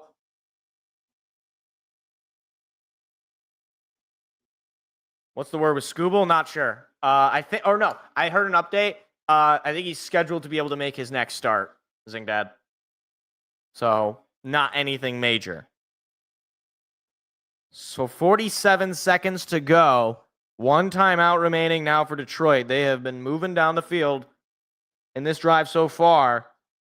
They've got plenty of time to get themselves both into field goal range and potentially even more. Goff, 145 yards and a touchdown. 11 for 16. Or the field goal range marker at about the Bear 41. Pass coming. Goff, throw, caught, Laporta. That puts him in field goal range, short of the first down marker. And they're going to try to run another play quickly here. 35 seconds counting down. Goff out of the shotgun. Pass coming again. Goff looking, throwing. It is caught by St. Brown, who's brought down in bounds, just short. Timeout has to be called by Detroit. It'll be third down. And that's unfortunate that they had to use their final timeout on a third down. 25 seconds to go. You're in field goal range. But obviously Bates already missed a kick today. So you'd want to get in as close as possible. You certainly wouldn't mind getting another first down here and spike the ball, maybe run some more plays.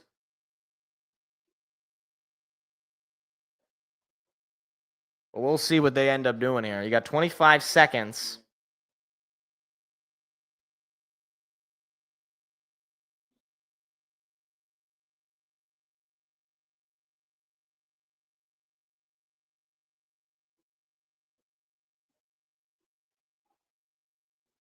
So Goff's going to line up under center. They got Gibbs in the backfield. There's the snap. Play action. Goff going to throw to Gibbs, who makes the catch, and he runs out of bounds and picks up the first down. That will stop the clock with 21 seconds to go. That's a big play on third down and 1.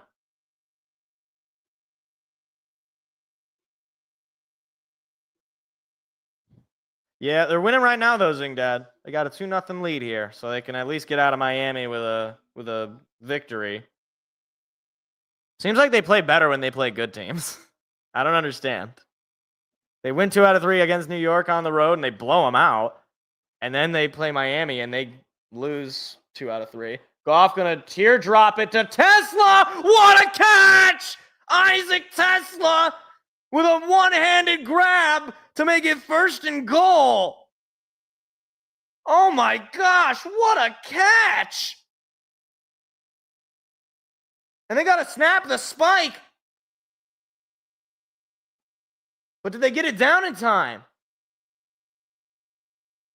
I think they should, because wouldn't that be... I thought he got out of bounds.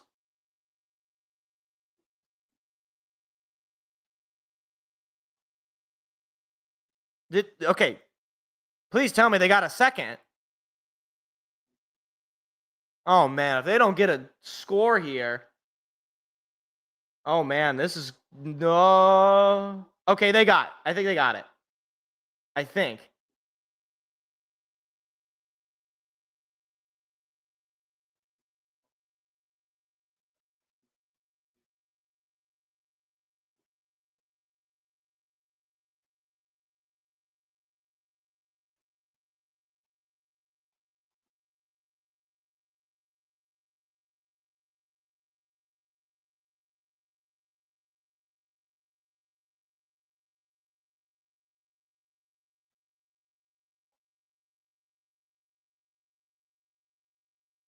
So wait, what? So hold on, do they get another second or what's going on? Okay, they get another 6 seconds. Okay.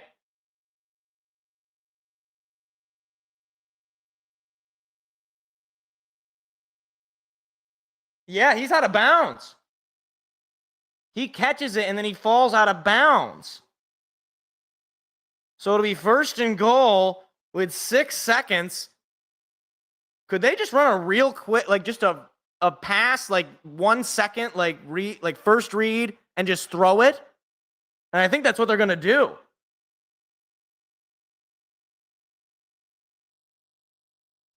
I think. I mean, Jared Goff is staying out on the field. So you got 6 seconds. That is an incredible catch for Isaac Tesla. He's got 2 catches in the league, and both of them are with one hand. So you got 6 seconds to try to score a touchdown here. You're going to get just one shot at it, and then you'll just try to kick a field goal.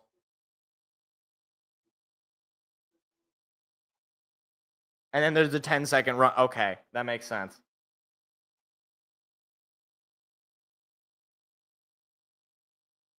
So it would have been 16 seconds, but the 10-second run up. Okay, whatever. Lions are going to get one play here to try to score a touchdown to end the half.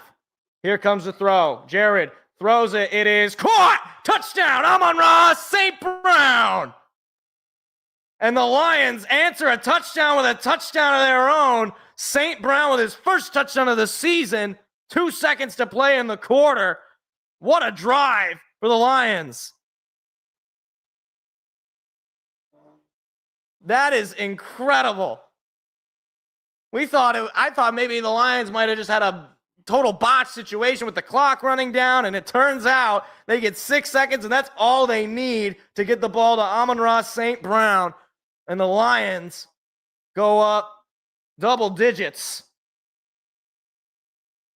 to end the second quarter. And here comes the extra point attempt. Snap, hold, kick, and it is good. 28-14 will be the final score, or the score going into the half, I should say, not the final score. So with 2 seconds to go in the quarter, Ben Johnson's defense gives up a massive swing in favor of the Lions.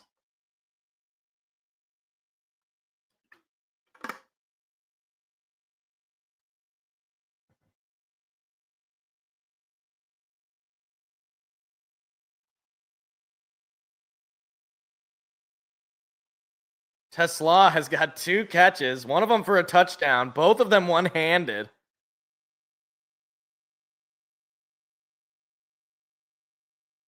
Isaac Tesla, his first catch of this game, also one-handed with coverage. That has got to be one of the best catches I've ever seen from a rookie wide receiver taken in the 3rd round.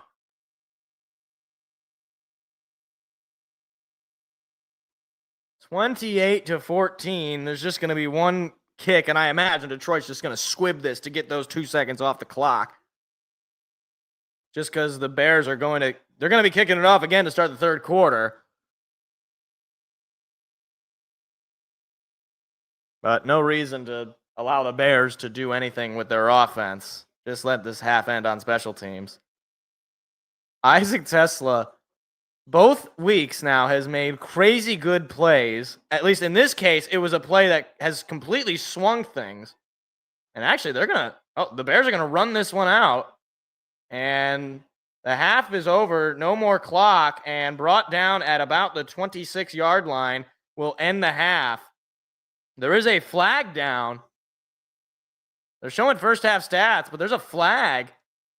But Goff, 16 for 21, 191 yards, 2 touchdowns, no picks.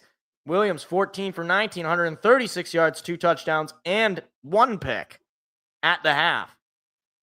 We'll see what the penalty flag was, though.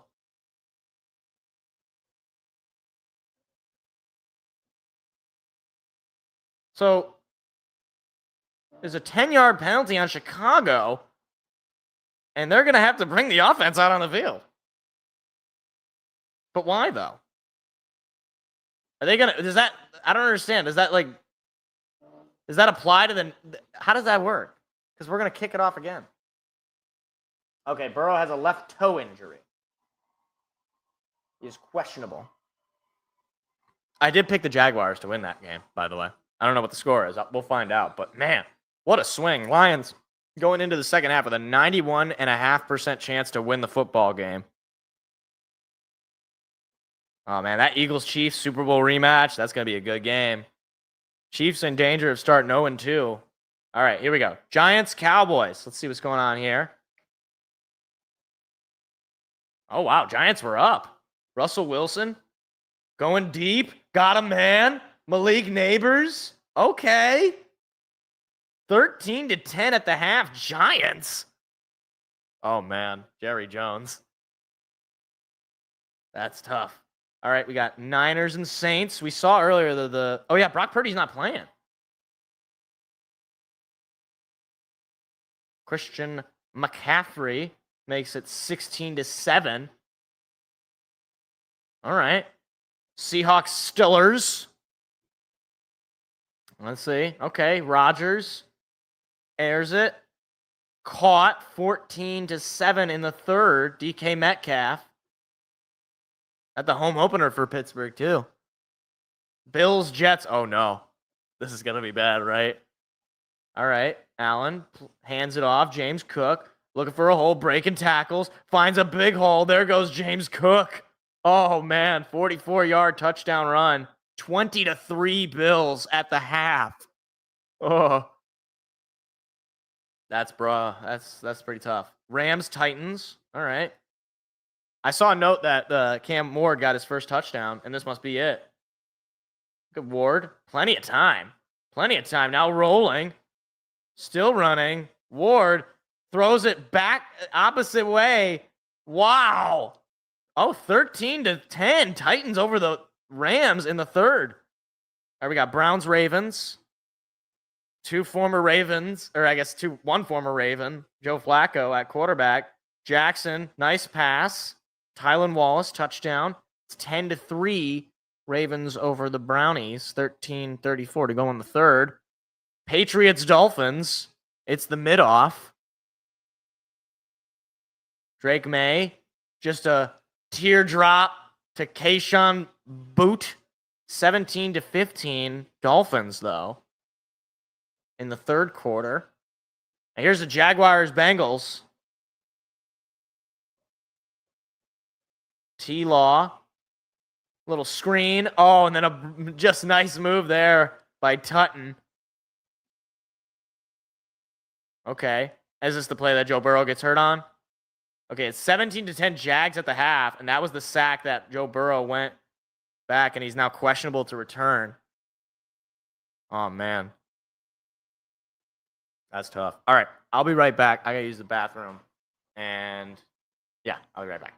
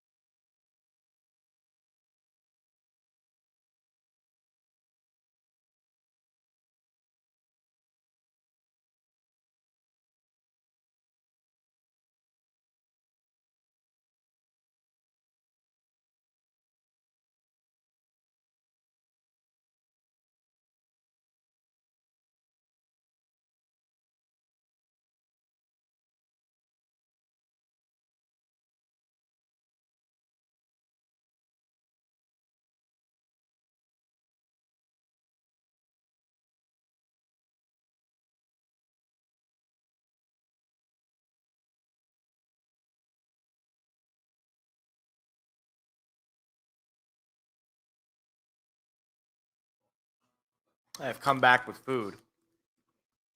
Not sponsored, but these Kodiak breakfast bars, they're good. They're good little pick-me-up. This is basically my lunch for the day.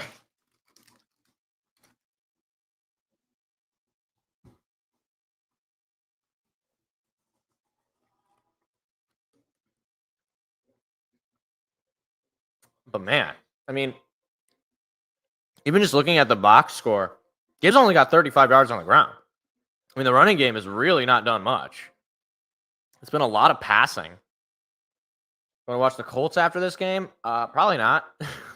Probably not. I don't even know if I get that game. I might not. I know I'm going to watch the Eagles-Chiefs game.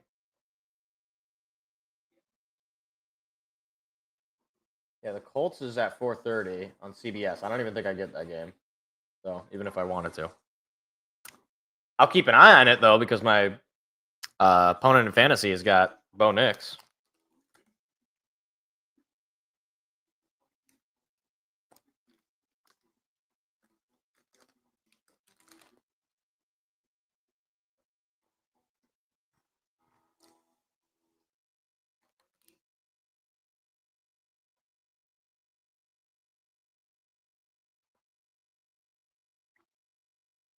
Is that a Chewbacca mask?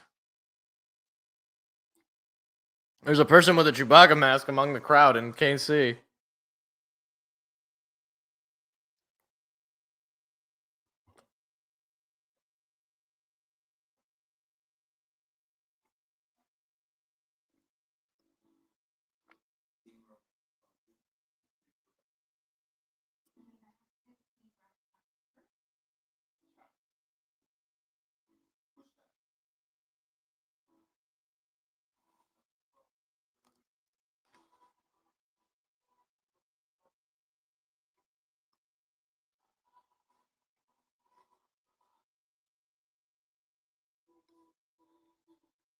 Meanwhile, Cater Montero, he's pitching really well right now. He's into the 5th inning.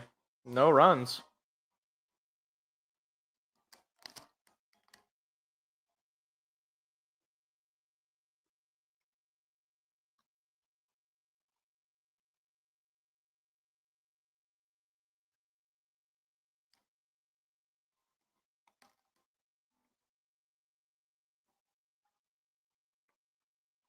How much do you think they paid the guy who does the Lions fight song to do that lottery commercial?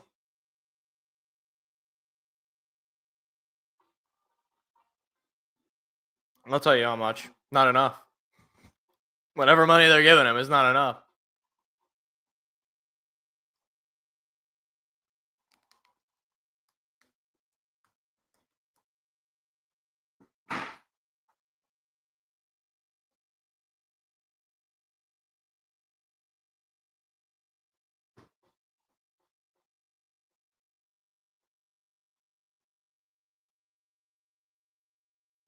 All right.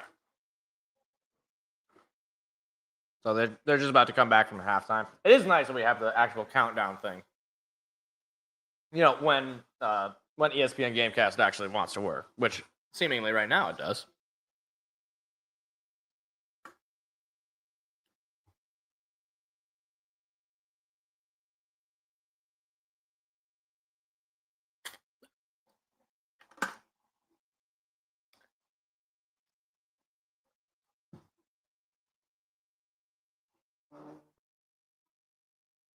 Are they going to show us? No. Joe Burrow is questionable to return. It's not news.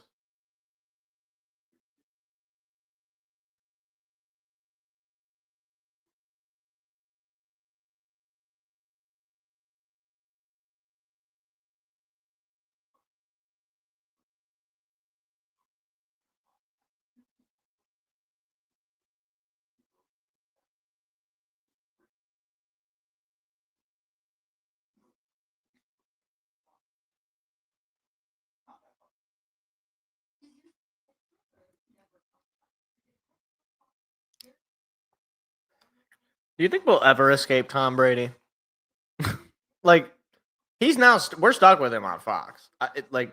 They put him in all the ads anytime he's calling a game.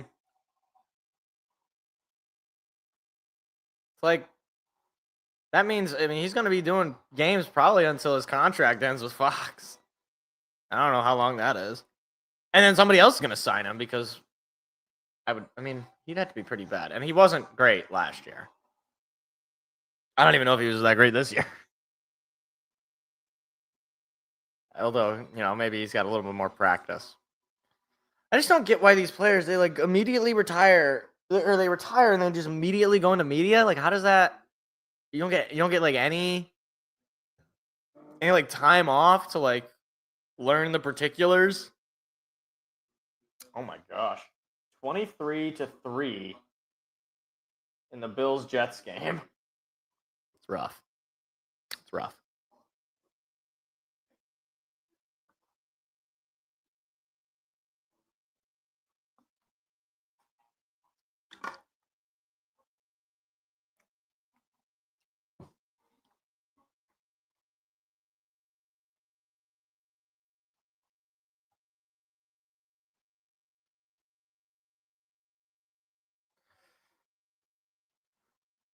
Okay, so assuming the Lions finish the job here, and assuming the Jets don't pull off a crazy comeback, Lions coordinators would start the season both 0-2 as head coaches.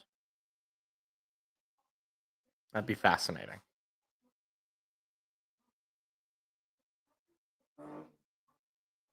It says the second half is now starting, but yet I'm on commercial still. So, the NFL app is lying to you, basically.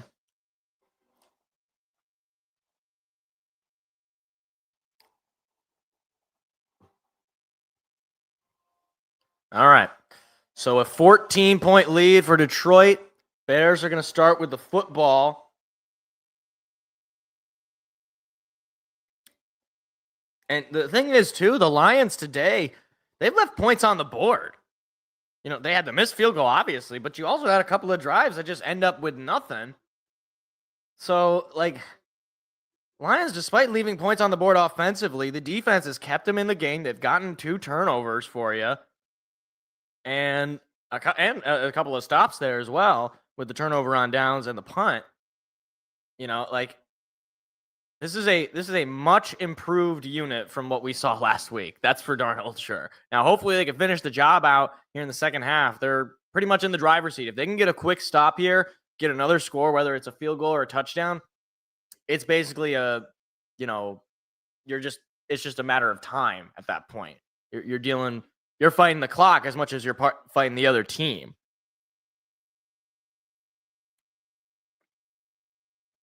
Two straight touchdown drives to end the half for Detroit. Jake Bates out there to kick it off to start the third quarter. Bears going to need a big comeback. Get back into this game. But it is not over by any stretch of the imagination. Both of these teams in the NFC North trying to avoid starting 0-2. And there it is. Bates kicks it to about the 2. It'll be taken out from there by Chicago. And there is not going to be anywhere to go. He's going to be taken out short of the 25-yard line.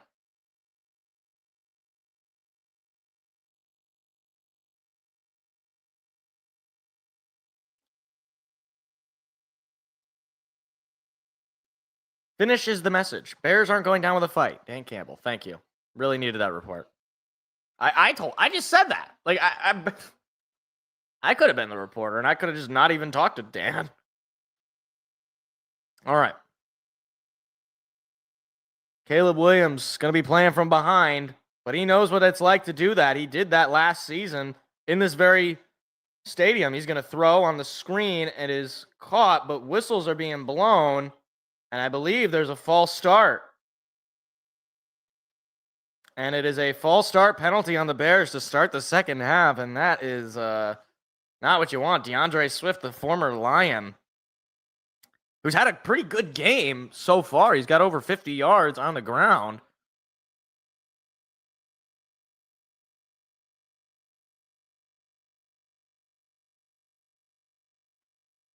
They've got 35 penalty yards. Last week they had 12 penalties and over 120 penalty yards against Minnesota. There's the snap. Handoff goes to Swift, and he is going to be brought down after a gain of about 4 or 5 there to make it second down and long. Second down and 10. So they basically earn back the penalty yards, but they lose it down. Williams in the shotgun. DJ Moore. There's the handoff to Swift, and he's going to go for just a gain of about 2. And now it is a 3rd down and 8. Oh, my goodness. 3rd down and 9, they're even going to say. If this defense can get off the field on a 3 and out, you're going to be sitting real pretty. Terrion Arnold was in there for the tackle. Nice play for him. Williams is in the shotgun. He's got Swift to his left. Bears are 3 for 5 on 3rd down. Pass coming. Pressure coming. Gets rid of it, and it is incomplete behind his intended receiver. And the Bears go 3 and out. Zacchaeus was the intended target. The pressure came, though, from the edge with Hutchinson. So he got rid of that ball pretty quickly, but threw it behind his receiver. And that is just an awful start to the half. A false start penalty and then just 1 total yard from where you started. This is just the second punt of the day for Chicago. Snap, and there's the punt. Khalif Raymond going to take this one out just behind the 25, and he is going to be brought down exactly where he was standing. He tried to make a move on the defender. Yeah, that's an errant throw. I mean, even if he catches it, he had a defender about right on him, but that, again, you got to be able to make connections with your receivers on 3rd down. You're going to miss throws. You'd rather see it on a 1st and 10 where you got a couple of downs to make up for it. You can't be throwing behind your guys. And he's done this a couple times now. Like he had in the first quarter, he had that deep ball that almost got intercepted. I don't know why they were even throwing that deep. I think that drive ended up in a punt. I could be wrong about that. Then obviously you had the deep throw that he threw under pressure that was intercepted. And now he's got this throw thrown behind his receiver.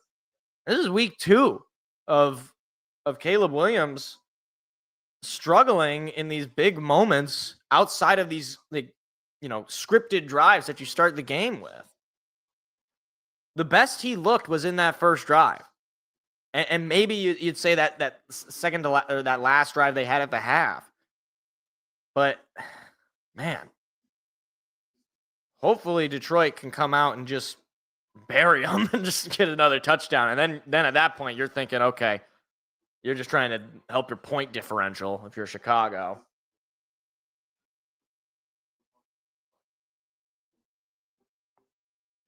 And then Detroit's basically just going to be running the football.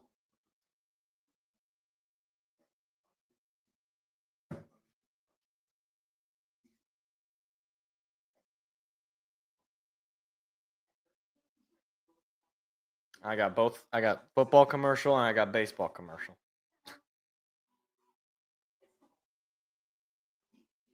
Wait, they got cinnamon rolls at Burger King? I don't think I want that. I don't know about you guys. Would you want a cinnamon roll from Burger King?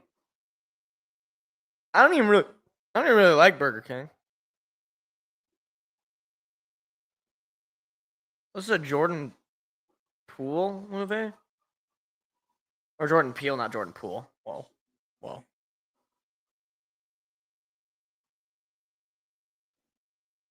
He actually makes some interesting movies, but that movie does look a little weird. I really liked Get Out. I thought that was a really good, scary movie. And some interesting commentary, in my opinion. But 16 straight regular season games when leading at halftime. Was that at home or? There's a nice throw to Jamison Williams, who's got room. Jamo down the 40, now down the 30, cuts to the inside, down the 20. There goes Jamison Williams, all the way down to about the 10. Oh my goodness, first catch of the game for Jamo, and the field has just flipped. Jared Goff able to find Jamison Williams. Was a little behind him, but he's got such agility, such speed. He's able to just walk right by some of these defenders. He very well could have scored a touchdown there. That's now 256 yards for Goff, and that's the first catch of the day for Jamison Williams for 65 yards. Handoff to Amon-Ra again. What is going on with these handoffs directly to Amon-Ra St. Brown? That is a weird thing. The second time they've done it, it worked the first time. That time you just get about a 1-yard gain.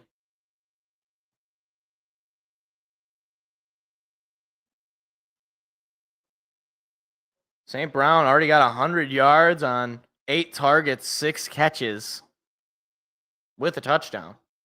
Hey, I'm wearing his jersey too. Why don't they show me on the broadcast?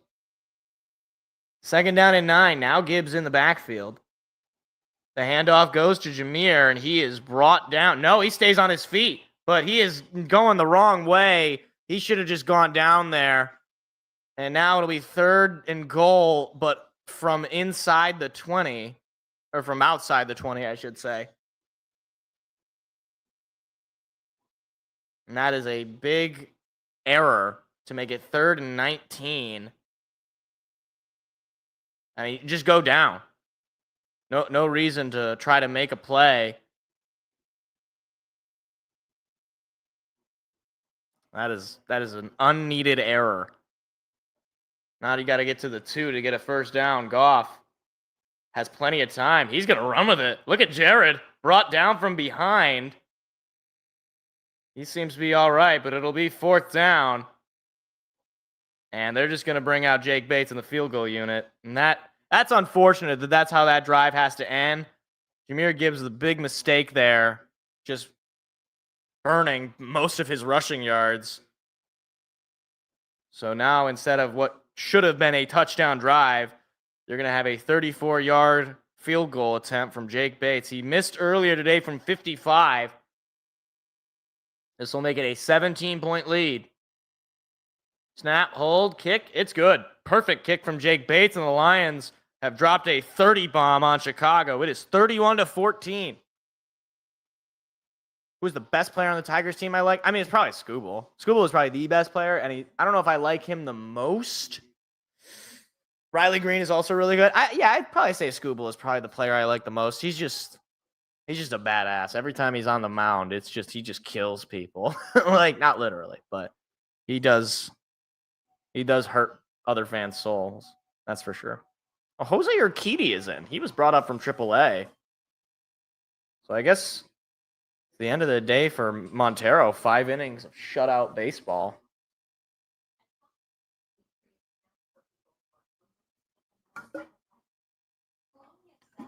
But Riley Green's great. I also like Spencer Torkelson. I mean, I like all the players on the team, to be honest with you.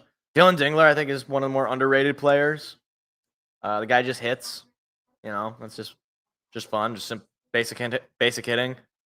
Kerry Carpenter's obviously a fan favorite. My only problem with Kerry Carpenter is he doesn't do well with runners in scoring position. And he also is not he's not able to play every day because he pretty much only hits righties. He can't hit lefties to save his life. Or they just won't let him hit lefties, which, you know, maybe you say if they're holding him back, which is possible, I guess. But I trust AJ Hinch to know his player better than me. But all right. So you got 3 on that drive. I would have liked 7, especially from where you were. You had a big play to JMO. And to come up with just 3 there is frustrating. But you know what? Any points you can get at this point, because you're kind of just sitting on the clock. Like,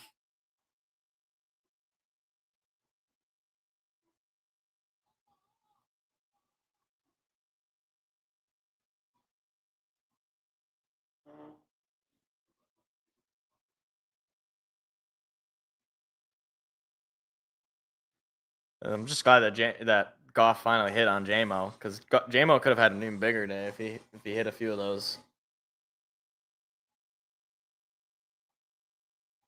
I don't understand. What is the 99 to be? I don't get it. Oh, I didn't know Kelvin Shepard actually played for the Lions. Wait, hold on. He was on the 2018, so he played for Matt Patricia? That's actually kind of crazy. That's actually kind of crazy. Well, with 10:39 to go in the third quarter, Lions are up by 17 points. It is a 31-14 lead. Defense had a quick 3-and-out, and then the offense had a field goal drive. Here comes the return from Chicago. That will go just past the 30 and then brought back. They'll give him forward progress. So about the 32-yard line. So now 1st down and 10. Kelvin Shepard was also a player under Dan Campbell in Miami. They just said that's crazy, man. I mean, I guess it makes sense, but it's just like weird to imagine that. Like, you got to think some of these players on the Lions right now are going to end up being coaches somewhere. You just wonder which ones.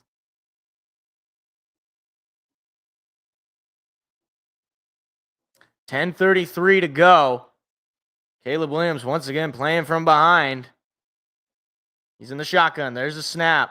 He's going to keep it. Williams under some pressure, and he's going to run with it up the middle. Juking defender. He's going to pick up the 1st down. Jack Campbell brought him down, but it's going to be a 1st down run for him. He is so elusive. He's able to pick up yards on what you would think would just be a sack. Lions still yet to get a sack. There hasn't been a sack by either team, to be fair, but Lions, this is going to be 2 weeks in a row where they do not get to the quarterback. Handoff goes to DeAndre Swift, trying to cut to the outside, and he is forced out of bounds by Kirby Joseph, his old teammate. That makes it 2nd down and 6, a 4-yard pickup.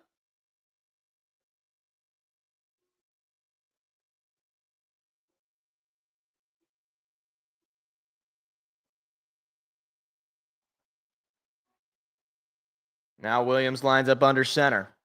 Swift stays in the backfield. Play action. Going to throw it. Pressure coming. Down he goes! And Marcus Davenport hurt on the sack. He's slow to get up. You got to be kidding me. It's the 1st sack of the year for Davenport, and it would be a damn shame if he goes down. I think it fell on his arm.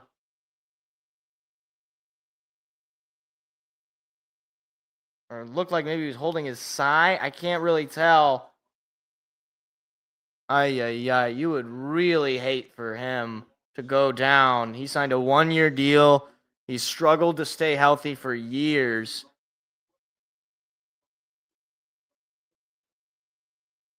And especially just after getting a sack, he's sitting up now. Hopefully, he just kind of fell awkwardly, and it's not anything major, and sounds like he's all right. He's able to jog off on his own. Yeah, he seems to be all right. Might have just fell on something strange. That is great to see. Really good to see for Davenport. He's just going to be on the sideline. All right. Well, crisis appears to be averted. It is 3rd down and 14 after the sack by Davenport. Williams going to throw. Whistle's going to be blown. And I think a TO got called.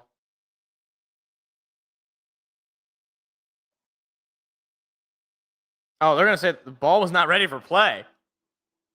Okay, I've never heard that before. Guess they tried to snap it a little early. All right, so 3rd down and 14.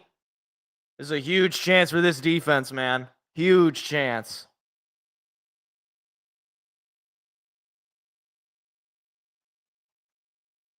Williams all alone in the shotgun.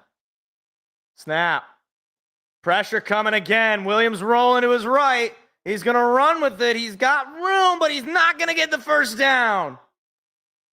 Forced out of bounds there, I believe, by Derek Barnes. And it'll be 4th down. And they're going for it. I mean, you're down 17. I get it. 4th down and 3. 8:30 to go in the third quarter. Oh, man, if the Lions get a stop here, this could get real sad real quick for the Bears. Ball is in their own territory. And I think a timeout just got called. No, they're going to say 4th down and 5, so they're fixing the spot. Clock is still rolling. Finally, they stop it. What is going on here? Is this like a free timeout? They're bringing in a new football. What is going on?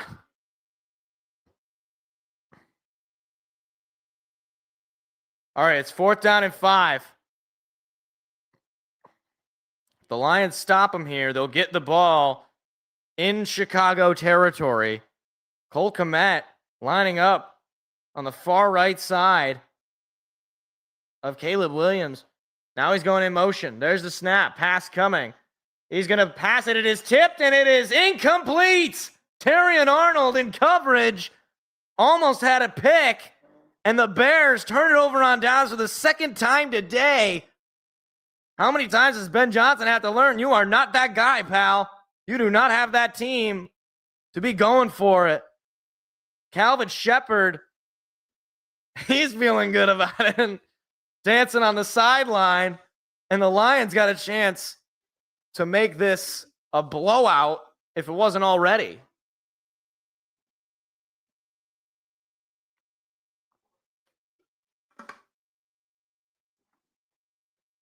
Man, hopefully Davenport is actually okay. He's listed as questionable on the little game cast thing there. I can't believe the guy gets a sack and he gets hurt. Like, seriously? Poor guy. He's the first sack of the year. His first sack as a Lion. And he gets hurt on the play. I mean, depending on how this game goes, they're probably just going to shut him down. No reason to put him back out there. The off-season champs. Are they really about to start the season 0-2? They didn't even start 0-2 last year after being off-season champs. Gosh, that McDonald's looks so good. See, this is the problem with these football. They know what's going on here, these advertisements, because the game starts at about 1 o'clock. Now, you might have not eaten lunch by that point. Or you might have been, like, you've been watching the game, so you're focused. You're not, but they're advertising food because they know. They know what you want to do after the game. I'm not going to do it. I'm not going to go. I got food left over that I'm going to eat, but, like, still, it looked good. Is McDonald's one of the, like, that really is, like, you see it and you're like, man, that looks delicious. And then you eat it, and then, like, 3 hours later, you're like, that was the worst decision I've ever made. I'm never going to do that again. That's my experience at McDonald's. But it does kind of hit different on a road trip. Like, when you got a long drive, you know, it hits different. That's all I'm saying. Like, something about being in a car for, like, multiple hours and then stopping to get a 10-piece chicken nugget with a fry. You know, it just hits different. Or a quarter pounder. I don't really get I always get the chicken nuggets. I'm like a little kid. I almost never get their sandwiches, which is kind of funny when you think about it, because they're known for the hamburger. All right. Lions got a chance to really open this one up wide. Goff under center. Gibbs is in the backfield. There's the snap. They give it to Gibbs. Gibbs bouncing out to the outside, breaking through. He's going to pick up about 5, maybe just 4. 7.5 to go. TJ Edwards is doubtful with a hamstring injury, the linebacker. And that's obviously not good given the state of this game to lose anybody on defense for Chicago. It's only a 3-yard gain from Gibbs. Thought he had more there. Goff under center. There's the snap. Another give goes to Gibbs, and he is swarmed. Jeez.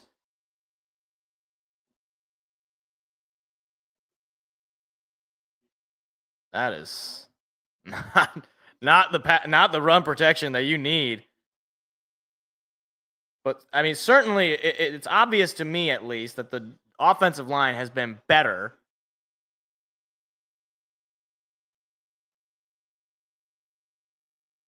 But it is 3rd down and 8. Detroit, I mean, I think you really open this game up with this drive. Goff going deep, looking for J-Mo. He's wide open. Touchdown, Lions. Oh, me, oh, my. Jameson Williams.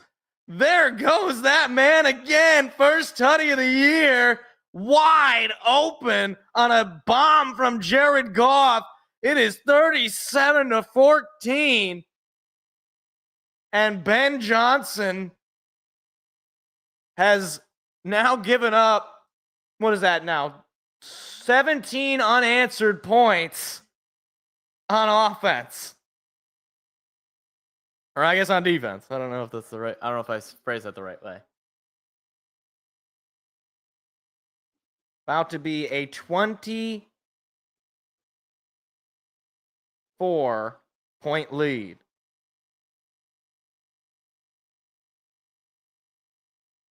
That is something. 38-14. Lions over the Bears. Goff hyping up Tate Ratledge, the rookie out of Georgia.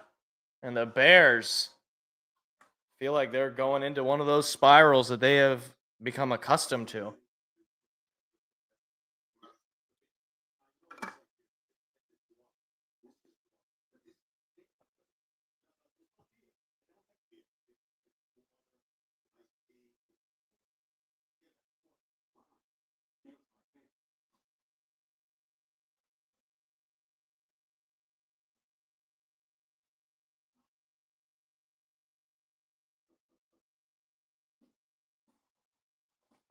All right, bottom of the 7th for the Tigers. They're still just up 2-0. So they scored the 2 runs in the 2nd inning, and then the pitching staff is just taken over for both teams, to be fair. Oh, there's a leadoff single, though, for the Marlins.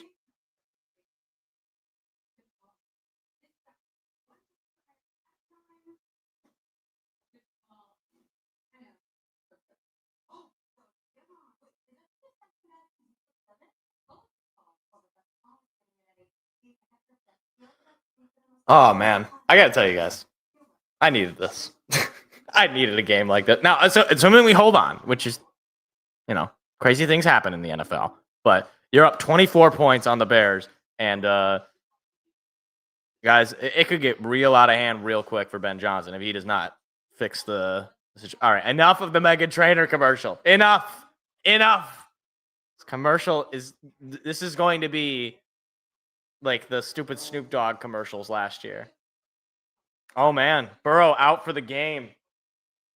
Toe injury. What, did he break his big toe? Like, what? How bad is this toe? I want to see how good I'm doing in fantasy. Or how well. The right verb. Okay, I'm losing, but I have a higher win probability here. Derrick Henry's got 14 yards. What's going on? T. Higgins has a touchdown. That's good. What is going on with Derrick Henry? How can they not run on the Browns? This doesn't make any sense.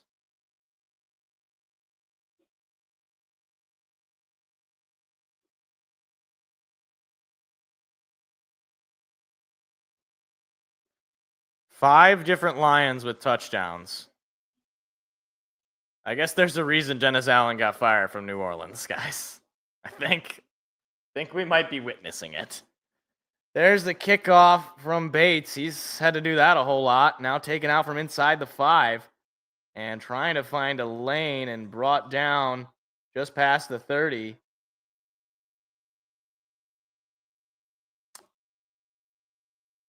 So Jared Goff now 1 yard shy of a 300-yard game after a very bad first game for the offense.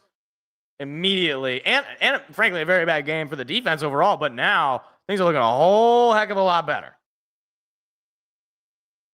Fumble lost, interception, 2 turnovers on downs, 6 total penalties for 35 yards for the Bears.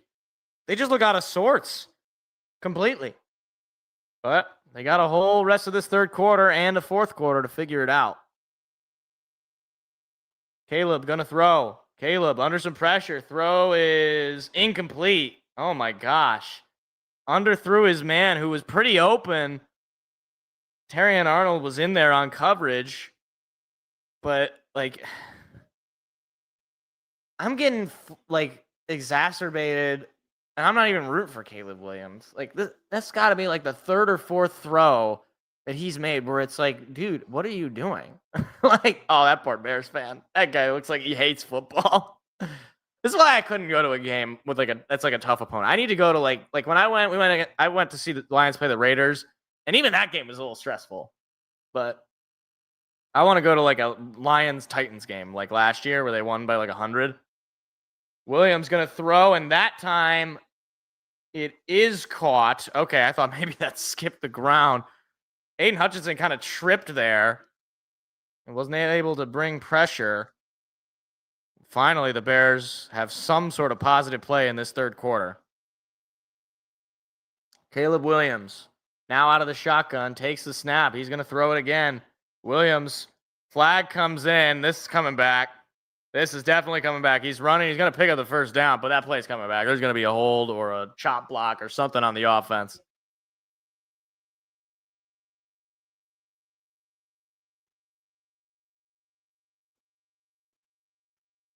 Aiden Hutchinson kind of hobbling there a little bit.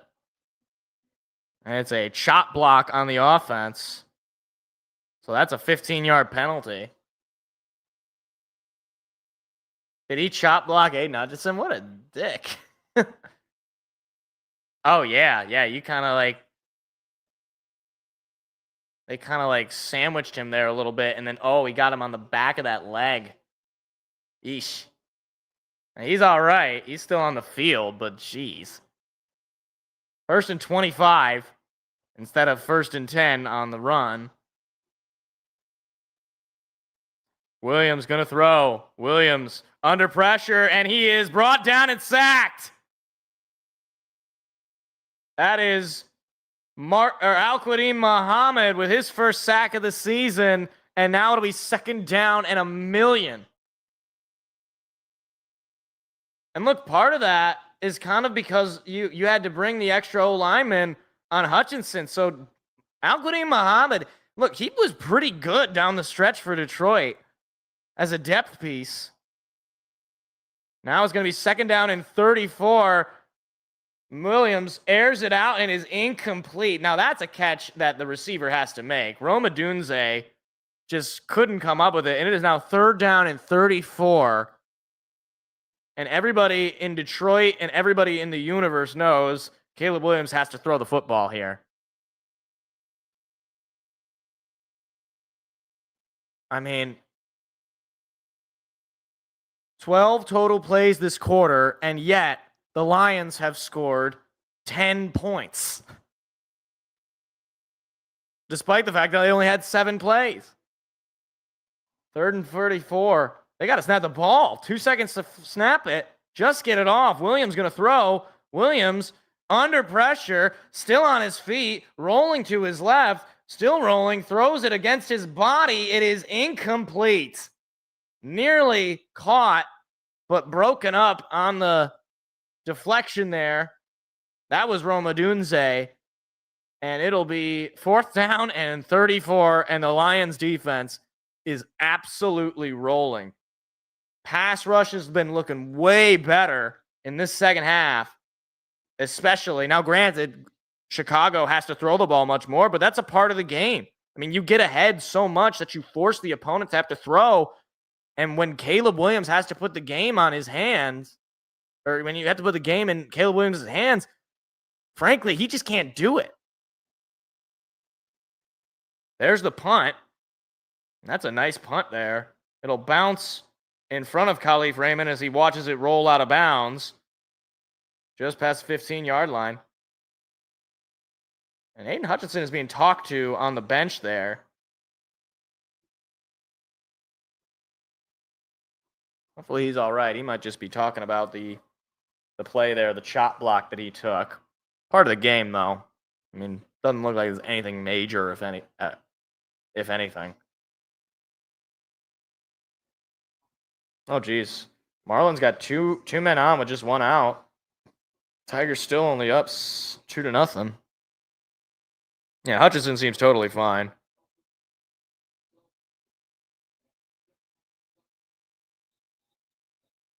It's like, wait, Hutchinson's helping sell some insurance. I realized it was because of the State Farm commercial at Aiden Hutchinson. Goff, play action. He's going to throw it. He's running, and he makes the throw to Brock Wright for a first down. Brock Wright with his second catch of the day, and it's another big one. 10-yard pickup, and then some. 13 straight completions, they just said, for Jared Goff. You love to see that. You love to see that, that's for sure.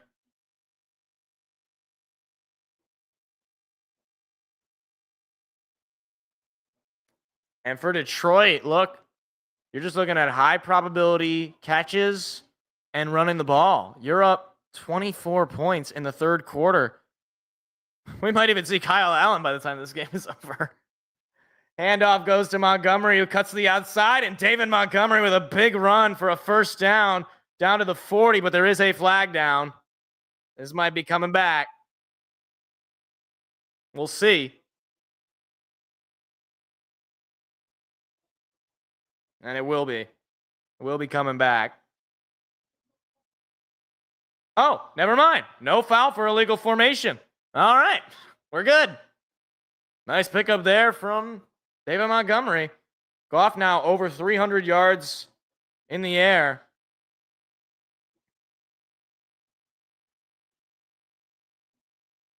Oh, nice. Tigers got out of it. So still up 2-0. I think. They're not showing the... They're walking off the field, so... Yeah, okay. Final 3 minutes of the third quarter, counting down. Lions rolling right now, 38-14. Goff in the shotgun. It's got Montgomery to his right. There's the snap. Handoff to Montgomery. Montgomery, so hard to bring down. He's going to pick up 5. Was that Penei Sewell who just came in and just pushed a man? He just kind of dove at one of the defenders trying to make a tackle. Okay. Did not expect that. Jahmyr Gibbs checks back in. 2nd down and 6 on the 4-yard pickup from Montgomery.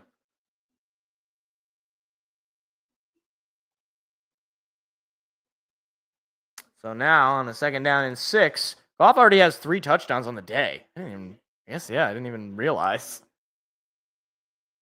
There's the snap. Handoff goes to Gibbs. He's got a lot of room. There goes Gibbs. Past the 35, past the 30, past the 20, and down at about the 15. Jahmyr Gibbs looking for that big run, and there it was. First the thunder, then the lightning. Once he turns the gas on, he can go, man. Number 0, new number for this season.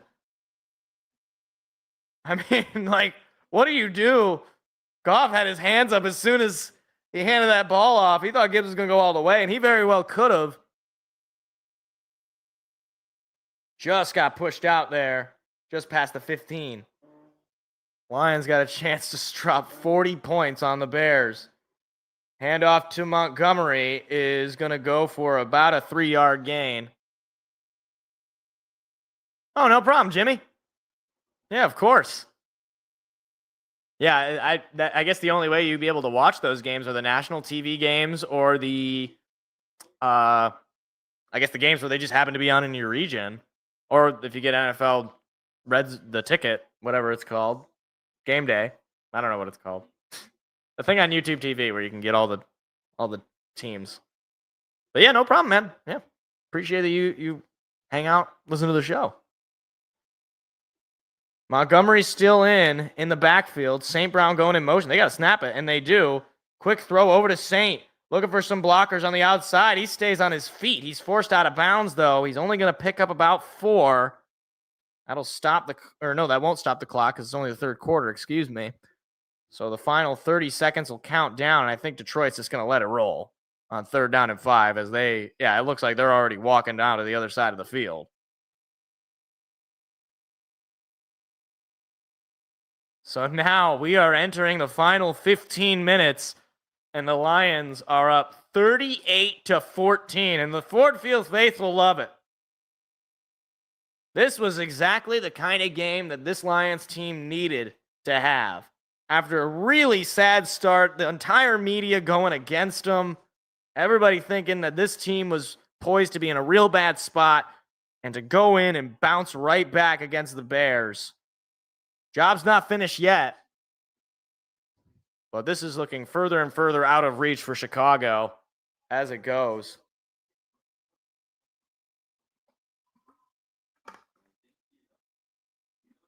Zach McKinstry just grounded out, top of the 8th inning. Tigers are 6 outs away from avoiding the sweep in Miami, at least. What ends first, do you think? This Lions game or the Tigers game? It's the top of the 8th with 1 out for the Tigers. They started 30 minutes after the Lions started. So the Lions had about a 30-minute head start. They could end at about the same time, actually. But man, like every facet of the game, this game has looked much better. Offensive line has looked much better. Jared Goff has got way more time. He's airing it out. He's comfortable. Even the run game looks a lot better. You had the big run from Gibbs. Montgomery had a couple of nice runs there, although there's still some to be desired in the run blocking. Obviously, the pass game looks great. I already talked about that. Defense looks freaking fantastic compared to last week. Like, you have multiple sacks. You have the pass rush looking a whole lot better. The secondary's making plays. You're getting turnovers. It's just all around a much better looking team. It looks exactly like the kind of team that I said they could be, which is a 12-win team. Granted, they're going to have a long break. They're going to get to play on Monday night against Baltimore, and that's going to be another real challenge. But, hey, Baltimore's playing Cleveland pretty close, so you never know. Parker Meadows with a line drive single. That might actually be 2, and it will be. Look at that. Parker Meadows with a stand-up double with 1 out. They could use an insurance run. Parker Meadows has been great since coming back from this injury. Maybe it's like he can only be good in like 30-game spurts. Because, like, he started this season, he was hurt, then he came back and he wasn't very good, then he got hurt again, and now he's come back and he's a lot better. He's got a very beautiful swing, Parker Meadows. Smooth. Love seeing that from a left-handed bat. All right.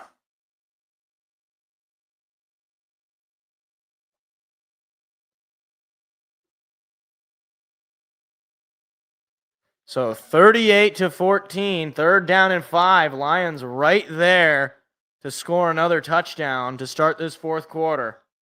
Need to get to the 3 for a 1st and goal. Montgomery's in the backfield to Jared's left, or to his right, I should say. Jared going to air it out to St. Brown. Caught! Touchdown Lions! 2nd of the day for St. Brown. And oh boy, he was running and he looked like he pulled something. He just fell to the ground. Oh, no, he's all right. Oh, my gosh. Is that a part of the celebration? Don't do that, Amon Ra. Are you kidding me?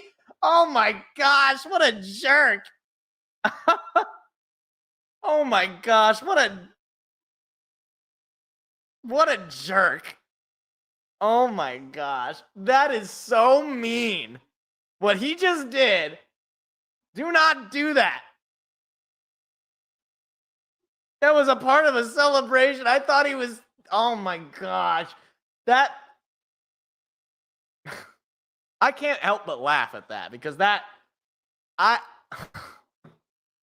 Saint knows. He knows what he did with that.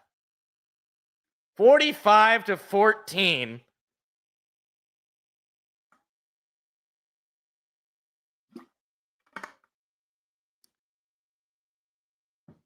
And that's the second touchdown of the day for Saint. My goodness. You know what's crazy? At one point in this game, it was a one-possession game with 1 minute and 50 seconds to go. And the Bears have not scored since. We've scored now 3 touchdowns since then. And a field goal. So, again, we left points on the board. We could be up 48. I'm not sure who that was on Detroit that was getting helped up by the training staff there. Jared Goff started 6 for 11 for 103 yards and a touchdown. Since then, 15 for 15, 219 yards, and 3 touchdowns. Guys, I'm feeling a lot better. This was chicken soup for the soul. This is exactly the kind of game that the Lions needed. All-out offense, dropping a 40 bomb on the Bears, a division rival. All-out defense, completely shutting them out in the second half, and frankly, really shutting them out for most of the first half. Like, you can see it in my face just how happy I am with this performance, because this is exactly what they needed. Like, it could not get any better. And it's crazy because they left points on the board. You had a missed field. You could be up 48-14 right now. You could be up even more because you had missed drives that just ended up with nothing.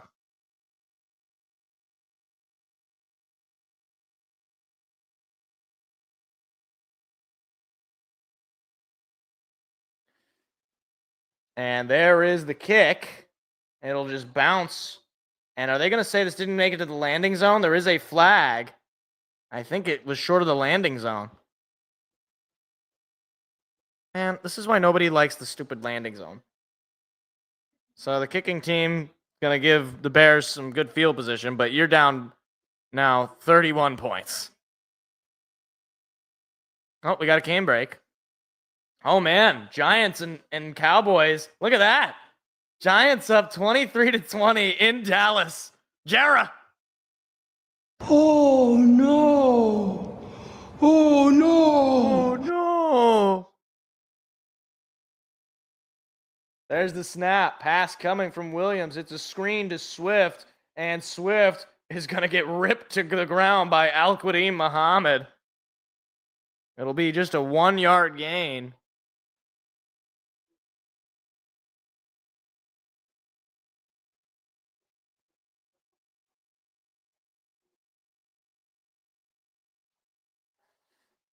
Williams under pressure, brought down and sacked. Brian Branch on the blitz brings down Caleb Williams, and it'll be 3rd down and long.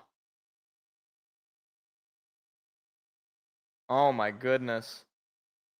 I mean, you're not going to block Brian Branch with a running back. That is not going to work. So it'll be 3rd down and 15. 14 minutes to go in the ball game. Look at this. Notable downs and distances Bears. 2nd and 17, 2nd and 32, 3rd and 14, 34, 34, 15. Williams going to throw it again. Williams airs it out. Got a man open. Flag comes in. Pass is caught for a 1st down, but I'm not sure if this will stand. We'll see. The flag was in the secondary.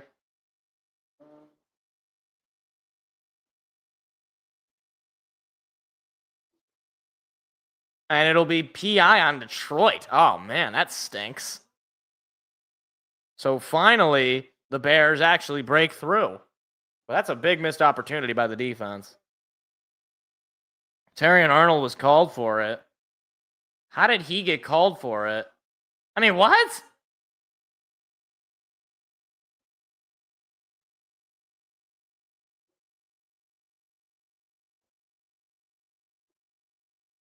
Okay. I don't know why that's even pass interference, but okay, whatever. Caleb throws it. It is caught and brought down just at the 20. And finally, the Bears have found themselves in the red zone.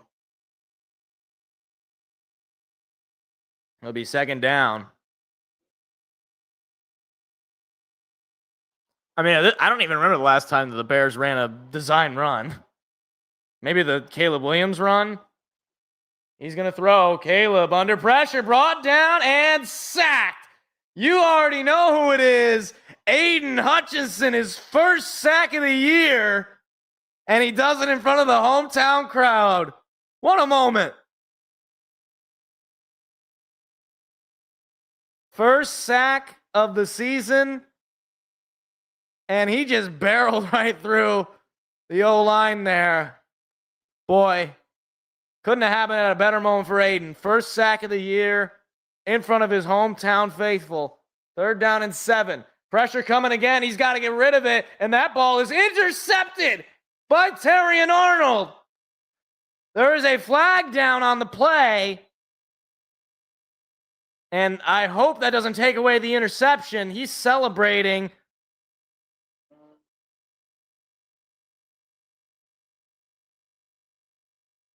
Is this going to take away the pick then? They're going to call Brian Branch for roughing the passer? What? That's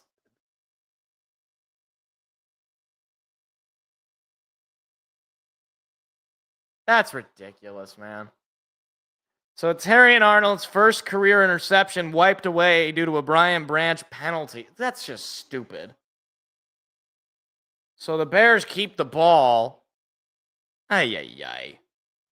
Seriously, keep the flag in your pocket if that's what a roughing the passer is. The quarterback doesn't even go to the ground. And because Brian Branch jumped while he was throwing, he has to land somewhere. Pass is low and incomplete. Another bad throw from Caleb Williams. He should have 2 interceptions on the day. I'm sorry. That's just utterly ridiculous. Utterly ridiculous. I mean, you're just throwing it at his feet, Caleb. That's not going to do much of anything for anybody.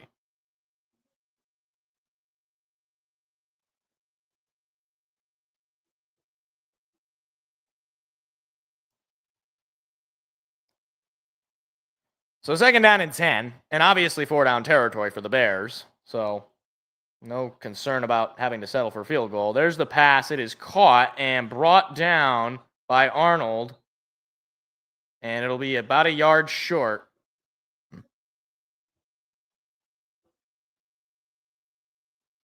Man, it really should be an interception to Terrion Arnold. I'm just upset. If they score a touchdown here, it's like total garbage time points for Caleb. And there it is. Handoff to Swift up the middle for a touchdown. What a ridiculous drive.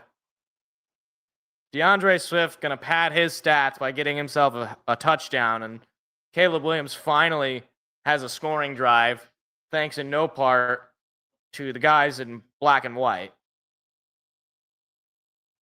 Just a ridiculous penalty that took away an interception.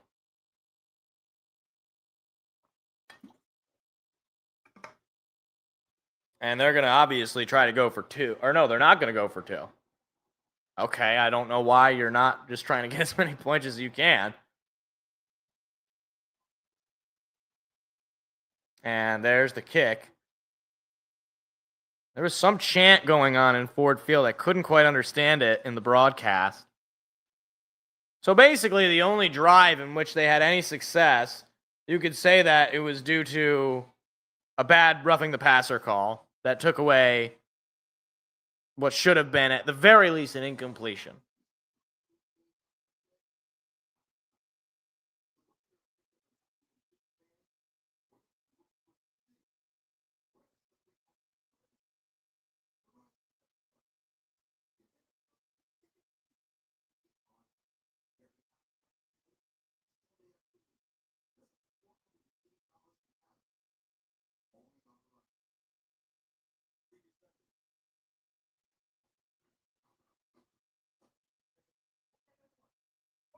Well, now it's bottom of the 8th for the Tigers. Still up 2-0 with 2 outs. Man on first, though. I'm not sure. What is this like? Did they intentionally let that ball drop in front of them? I don't think so. I don't think they did. No, because that would be infield fly. Maybe that's what they were waiting for the infield fly rule, but Okay, well, they got the out, so it doesn't really matter, but still.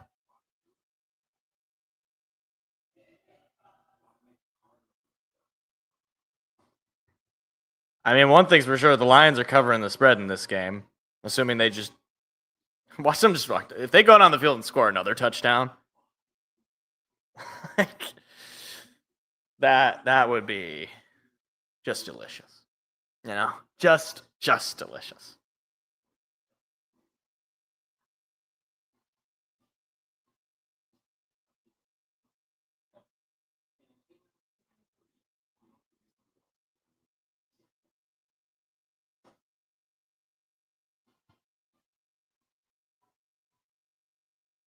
Wonder how long Devontae Adams signed that Taco Bell advertising deal. At least long enough to where he would be doing it in LA as well as in Vegas and in New York for that matter. People forget he played for the Jets.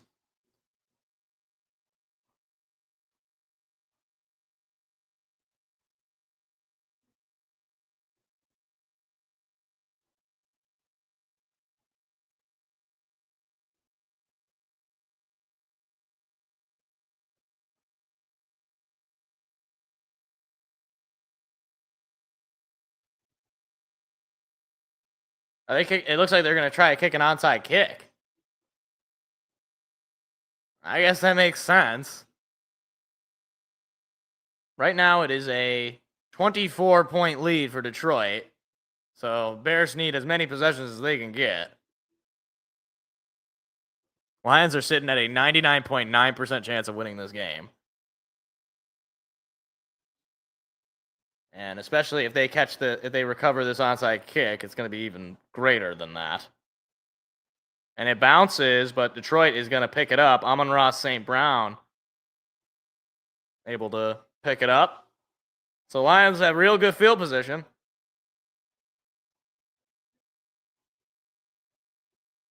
I was going to say, that's Barry Sanders. Oh, Robert Porcher has his name put in the Ring of Honor. Huh. Okay. My dad probably remembers him. I don't remember him. 2004. I was 5. Oh, so there's a penalty on Chicago.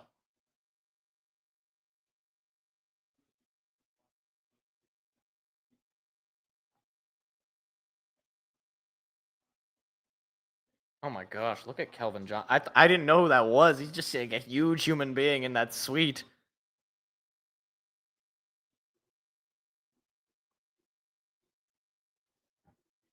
I'm pretty sure the Tiger game is going to end before the Lion game, the way this is going. Goff takes a snap. Play action, going to throw it. Goff with a little bit of a low throw to Brock Wright. Stayed on his feet, though. Able to pick up about 8 yards. Yeah, second down and 2, on the 8-yard catch and run. Lions last week had 13 total points and 246 total yards. Today, they have 45 total points and 472 total yards. They just flipped the switch. Just like that. And you'll take it. Goff staying under center in positive territory. Chance to make it a 50 bomb potentially. Toss to Gibbs, and he's got a lot of space to put on the gas. There goes Gibbs, past the 20, now past the 15, and then past the 10. Jahmyr Gibbs doing a little selly to make it 1st and 10 at past the 15. My goodness. Believe that. Yeah, he got to the 15-yard line. Oh, I thought he got to the 10. How is that not 1st and goal? I say it's 1st and 10. When did he get down? Yeah, Sam Laporta has not done anything today. That's what's crazy. Yeah, it's 1st and goal. I was going to say, it shouldn't be 1st and 10. Goff under center. Montgomery in the backfield. They give it to Montgomery. Montgomery staying on his feet. He's going to pick up about 6 yards, take it down to the 4-yard line. Well, Jalen Hurts warming up. They're wearing the white unis with are those the black helmets or are those just dark green?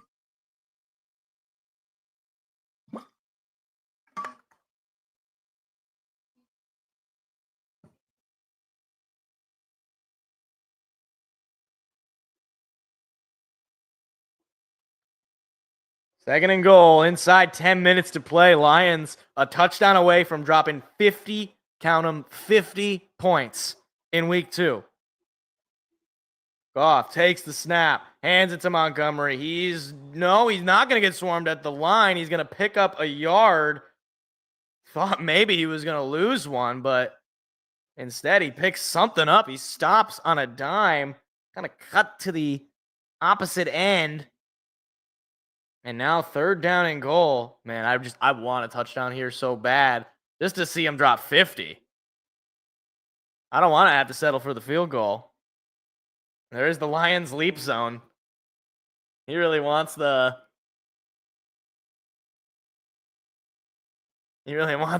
touchdown here, I would imagine. There's the snap. Toss to Montgomery. Montgomery is not going anywhere. It'll be 4th down and goal. And I'm assuming the Lions are just going to kick the field goal here. Oh, no, they're going for it. Goff is staying out there.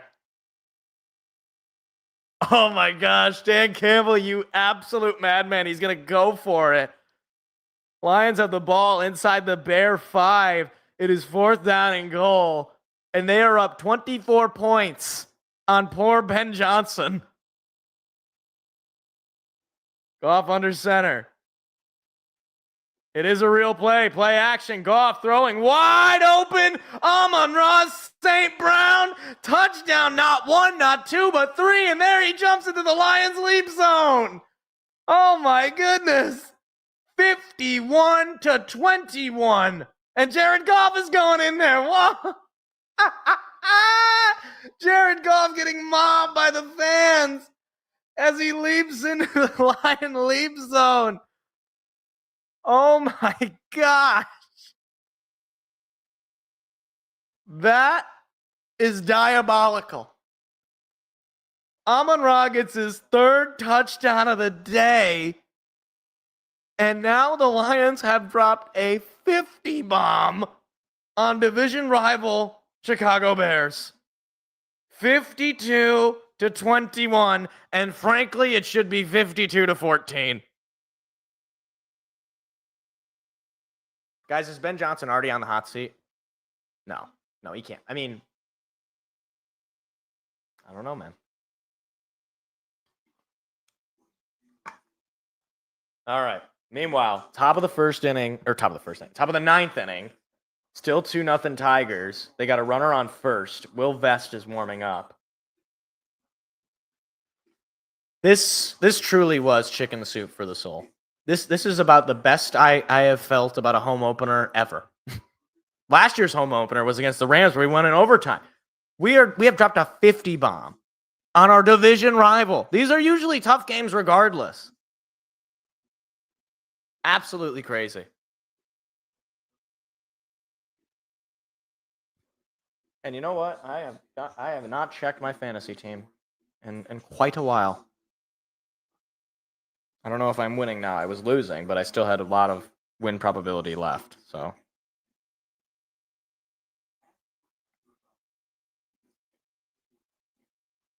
okay, I'm losing, but I still got more win probability. Derrick Henry has 24 yards. Wait, it's 41-10. Like the Ravens, right? Okay, yeah, I see it there. It's up there. I was going to say, how does Derrick Henry have just 24 yards on a 41-10 blowout?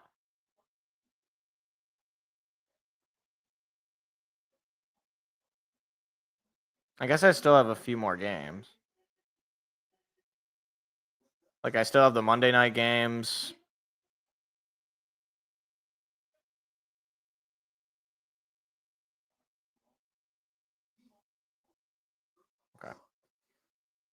Meanwhile, now it's 2 outs, top of the 9th. Colt Keith at the plate with a runner on first.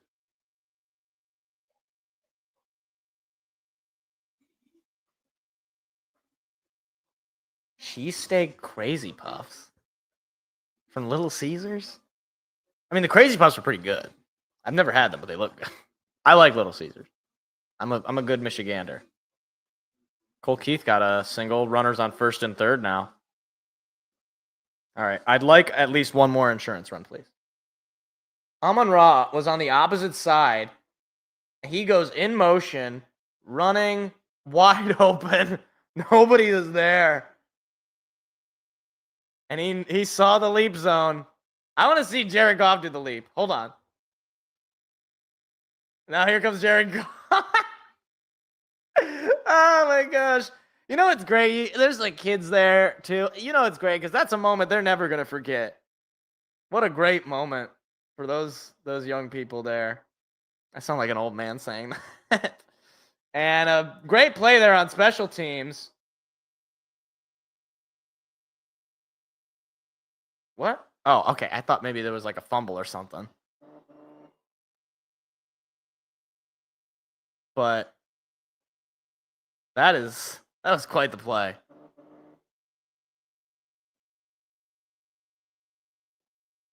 Oh, okay.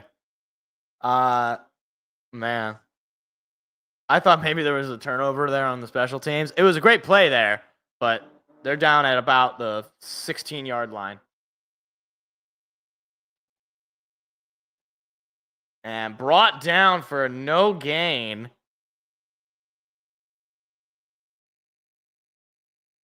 I don't know why the Gamecast is now just on that.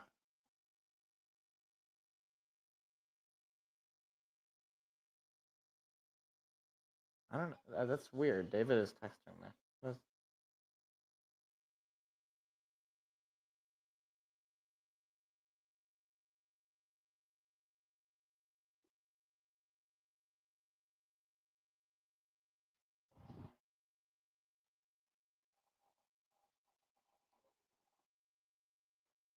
And Monongai going to go for just about a gain of 2.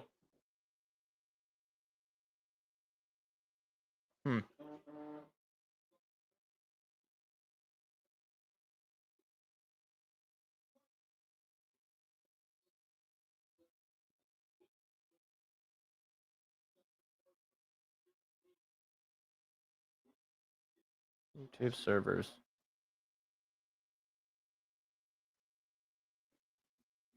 Is that, they say Brian Branch is down?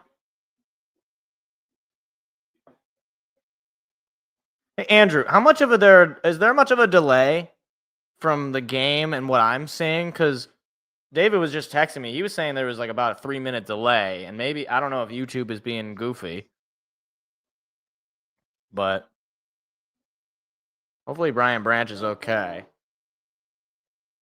I mean, sometimes YouTube just has these kind of problems because I'm not seeing it. Like, StreamYard's not sending me any notifications that there's any problem with the stream. So, 3rd down and 9. And I doesn't seems like, are they about to run another play? Or no, Brian Branch is still down. About a 30-second. Okay, so not that, about the standard delay. Let's see. Brian Branch was in for, oh, kind of got tripped up there. Jack Campbell as he made the tackle. So he's a little slow, but he looks like he's all right. Just a little slow. He might have pulled something. Oh, boy. Here we go. Giants were down 4. Russell Wilson with a moonshot to Wan'Dale Robinson. It is 30-27. The Cowboys are about to lose to the Giants.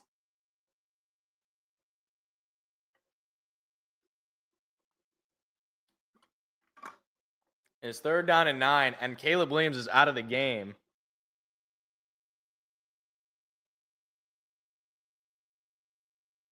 That's crazy. If you would have said that Caleb Williams was going to be out of the game in the 4th quarter with 7 minutes to go, you would have thought that there was an injury. That Tyson Bagent, I believe, with the throw, it is caught but short. And guys, what if we score another touchdown? What if we do that? What if we make it 58 or 59-21? What if we do that? Wouldn't that be really funny?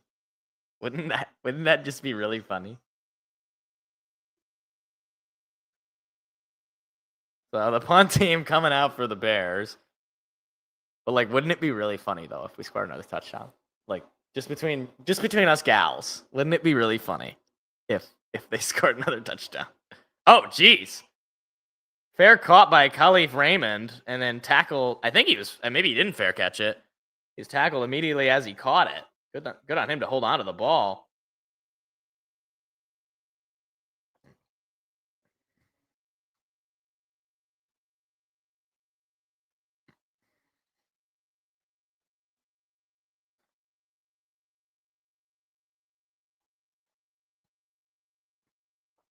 Man. 6:02 to go in this 31-point blowout for the Lions. And Kyle Allen is in for Detroit. Allen takes the snap, hands it off to Craig Reynolds, who just picks up a yard. No mercy for Ben Johnson. Oh, we got a 90-yard kick return touchdown. That's pretty neat. I mean, literally just halfback dive until the game is over at this point. Also, now I'm not sure. This is going to be close whether the Tiger game or the Lion game. Well, no, it won't because it's bottom of the ninth. And the Marlins already got one out. But they got the runner in first.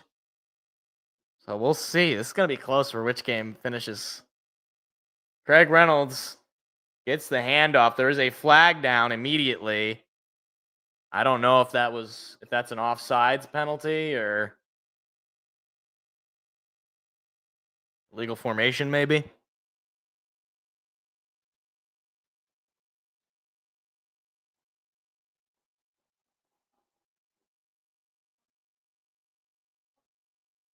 Yeah, it was offsides on the offense. That's declined. Thanks, Dennis. You too, man. Thanks for coming out, brother.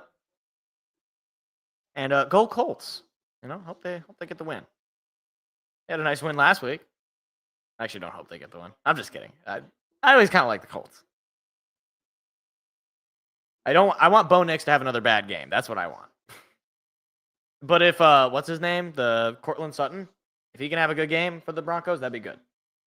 Other than that, that's all I want. 3rd down and 9. Raymond going in motion. Allen is just going to hand it off to Craig Reynolds, and that will go for just about nothing.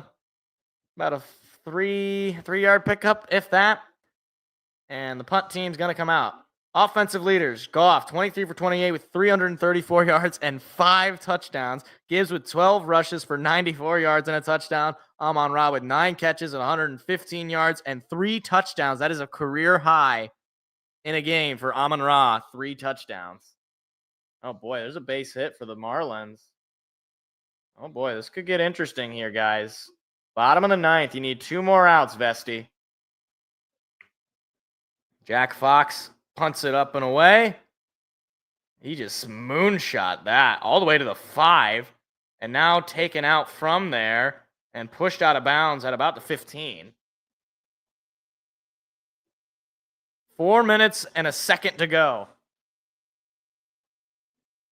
Oh my gosh, they are not. I mean, I get it. They're advertising America's Game of the Week, but yes, I know. It's a Super Bowl rematch. I've heard.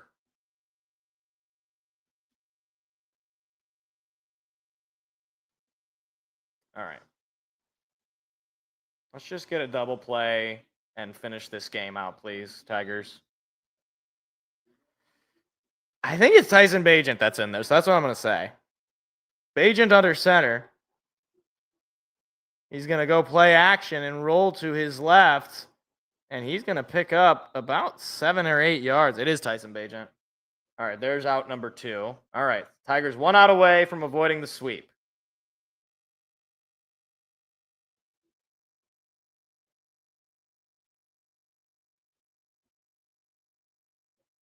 The Bears will play Dallas next week in what they're calling the mid-off of the century. So, be sure to mark your calendars for that, I guess. Bajent on a 2nd down and 3. He's going to hand it off to Monongai, and he will pick up the 1st down. And they're just letting the clock run, basically.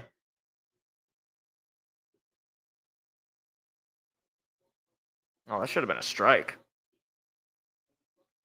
All right, come on now, Vesty. Just get out of this, buddy. Steve. Playoff percentage since 1990. 1-1 start, 42%. 0-2, 12%. That's why I said it was such a huge deal. The Lions needed to win this game. 42% is a whole lot higher than 12%. Agent, plenty of time, throws it. It is incomplete. Could not connect with Colston Loveland, who, by the way, has done nothing this game. He's got no catches. I think that was his first target. He was wide open too. Agent just couldn't get to him off his fingertips. Oh, come on. It's 3-1. Come on, Vest. Don't put the tying run in scoring position. Come on, man. Now I'm like stressed watching the Tiger game. Agent hands it off to Monongai, and Monongai is going to pick up about 2 or 3.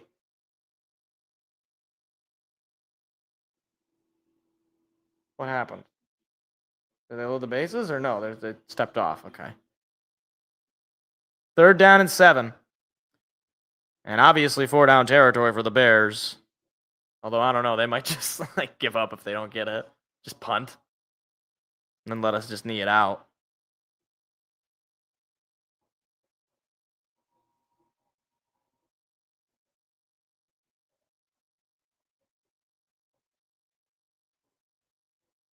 Strike 3. Yes. Tigers win it. 3rd down and 7. Catches made. Is that Loveland? I believe that is. It's either him or Komet. I think it's Loveland. That'll be a 1st down, and that'll take it to the 2-minute warning. All right, so the Tiger game did finish before the Lion game, which is crazy. The Tiger game started 30 minutes after the Lion game started, and it finished before it.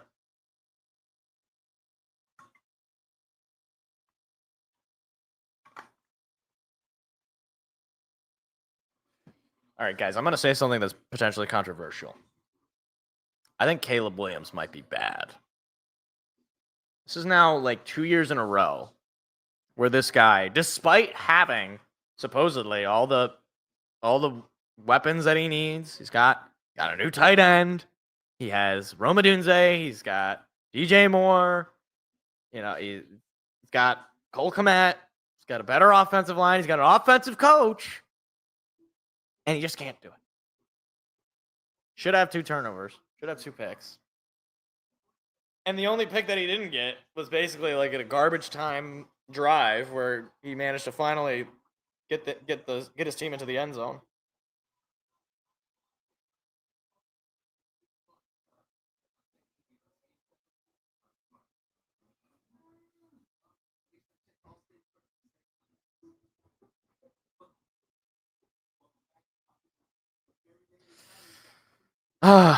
This is just chicken soup for the soul, man. Just, we could have won the game, 35-21. That would have been pretty good. We could have won it 28-21. It would have also been pretty good. To win it 52-21, just perfect. It's a chef's kiss. Just exactly what we needed. Now, I wonder, since it's a 2-minute warning, are they just going to knee it and surrender?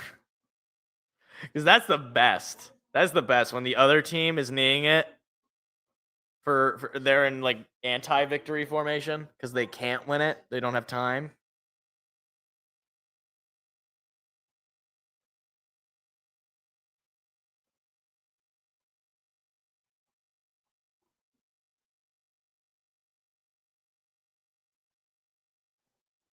Wait, hold on. It's not about coming in first, just about not finishing last?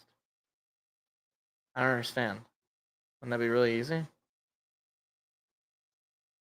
I don't know. I don't understand. I was trying to understand the advertisements for that TV show. He didn't look that happy in that smile.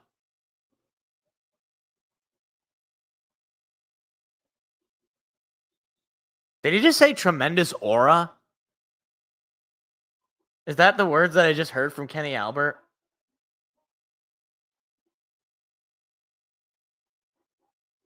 The agent takes the snap. He's going to hand it off to Manungai.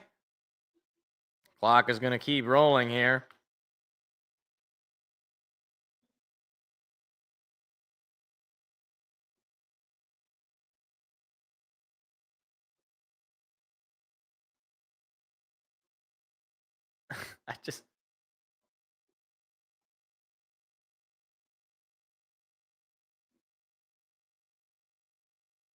I can't believe that Goff jumped into the leap zone. It's one of the great moments. Third QB since 1950. Hold on, I was going to read that stat, and it went away.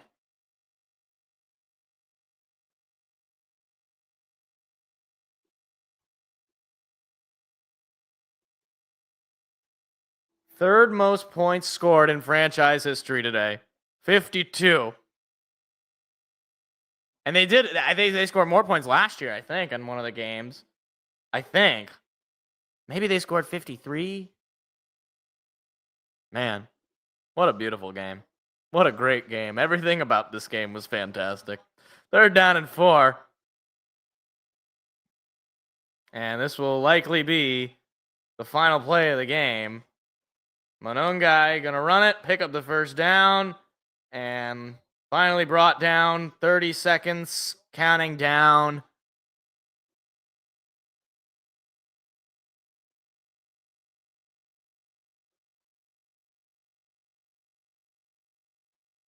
And that will do it.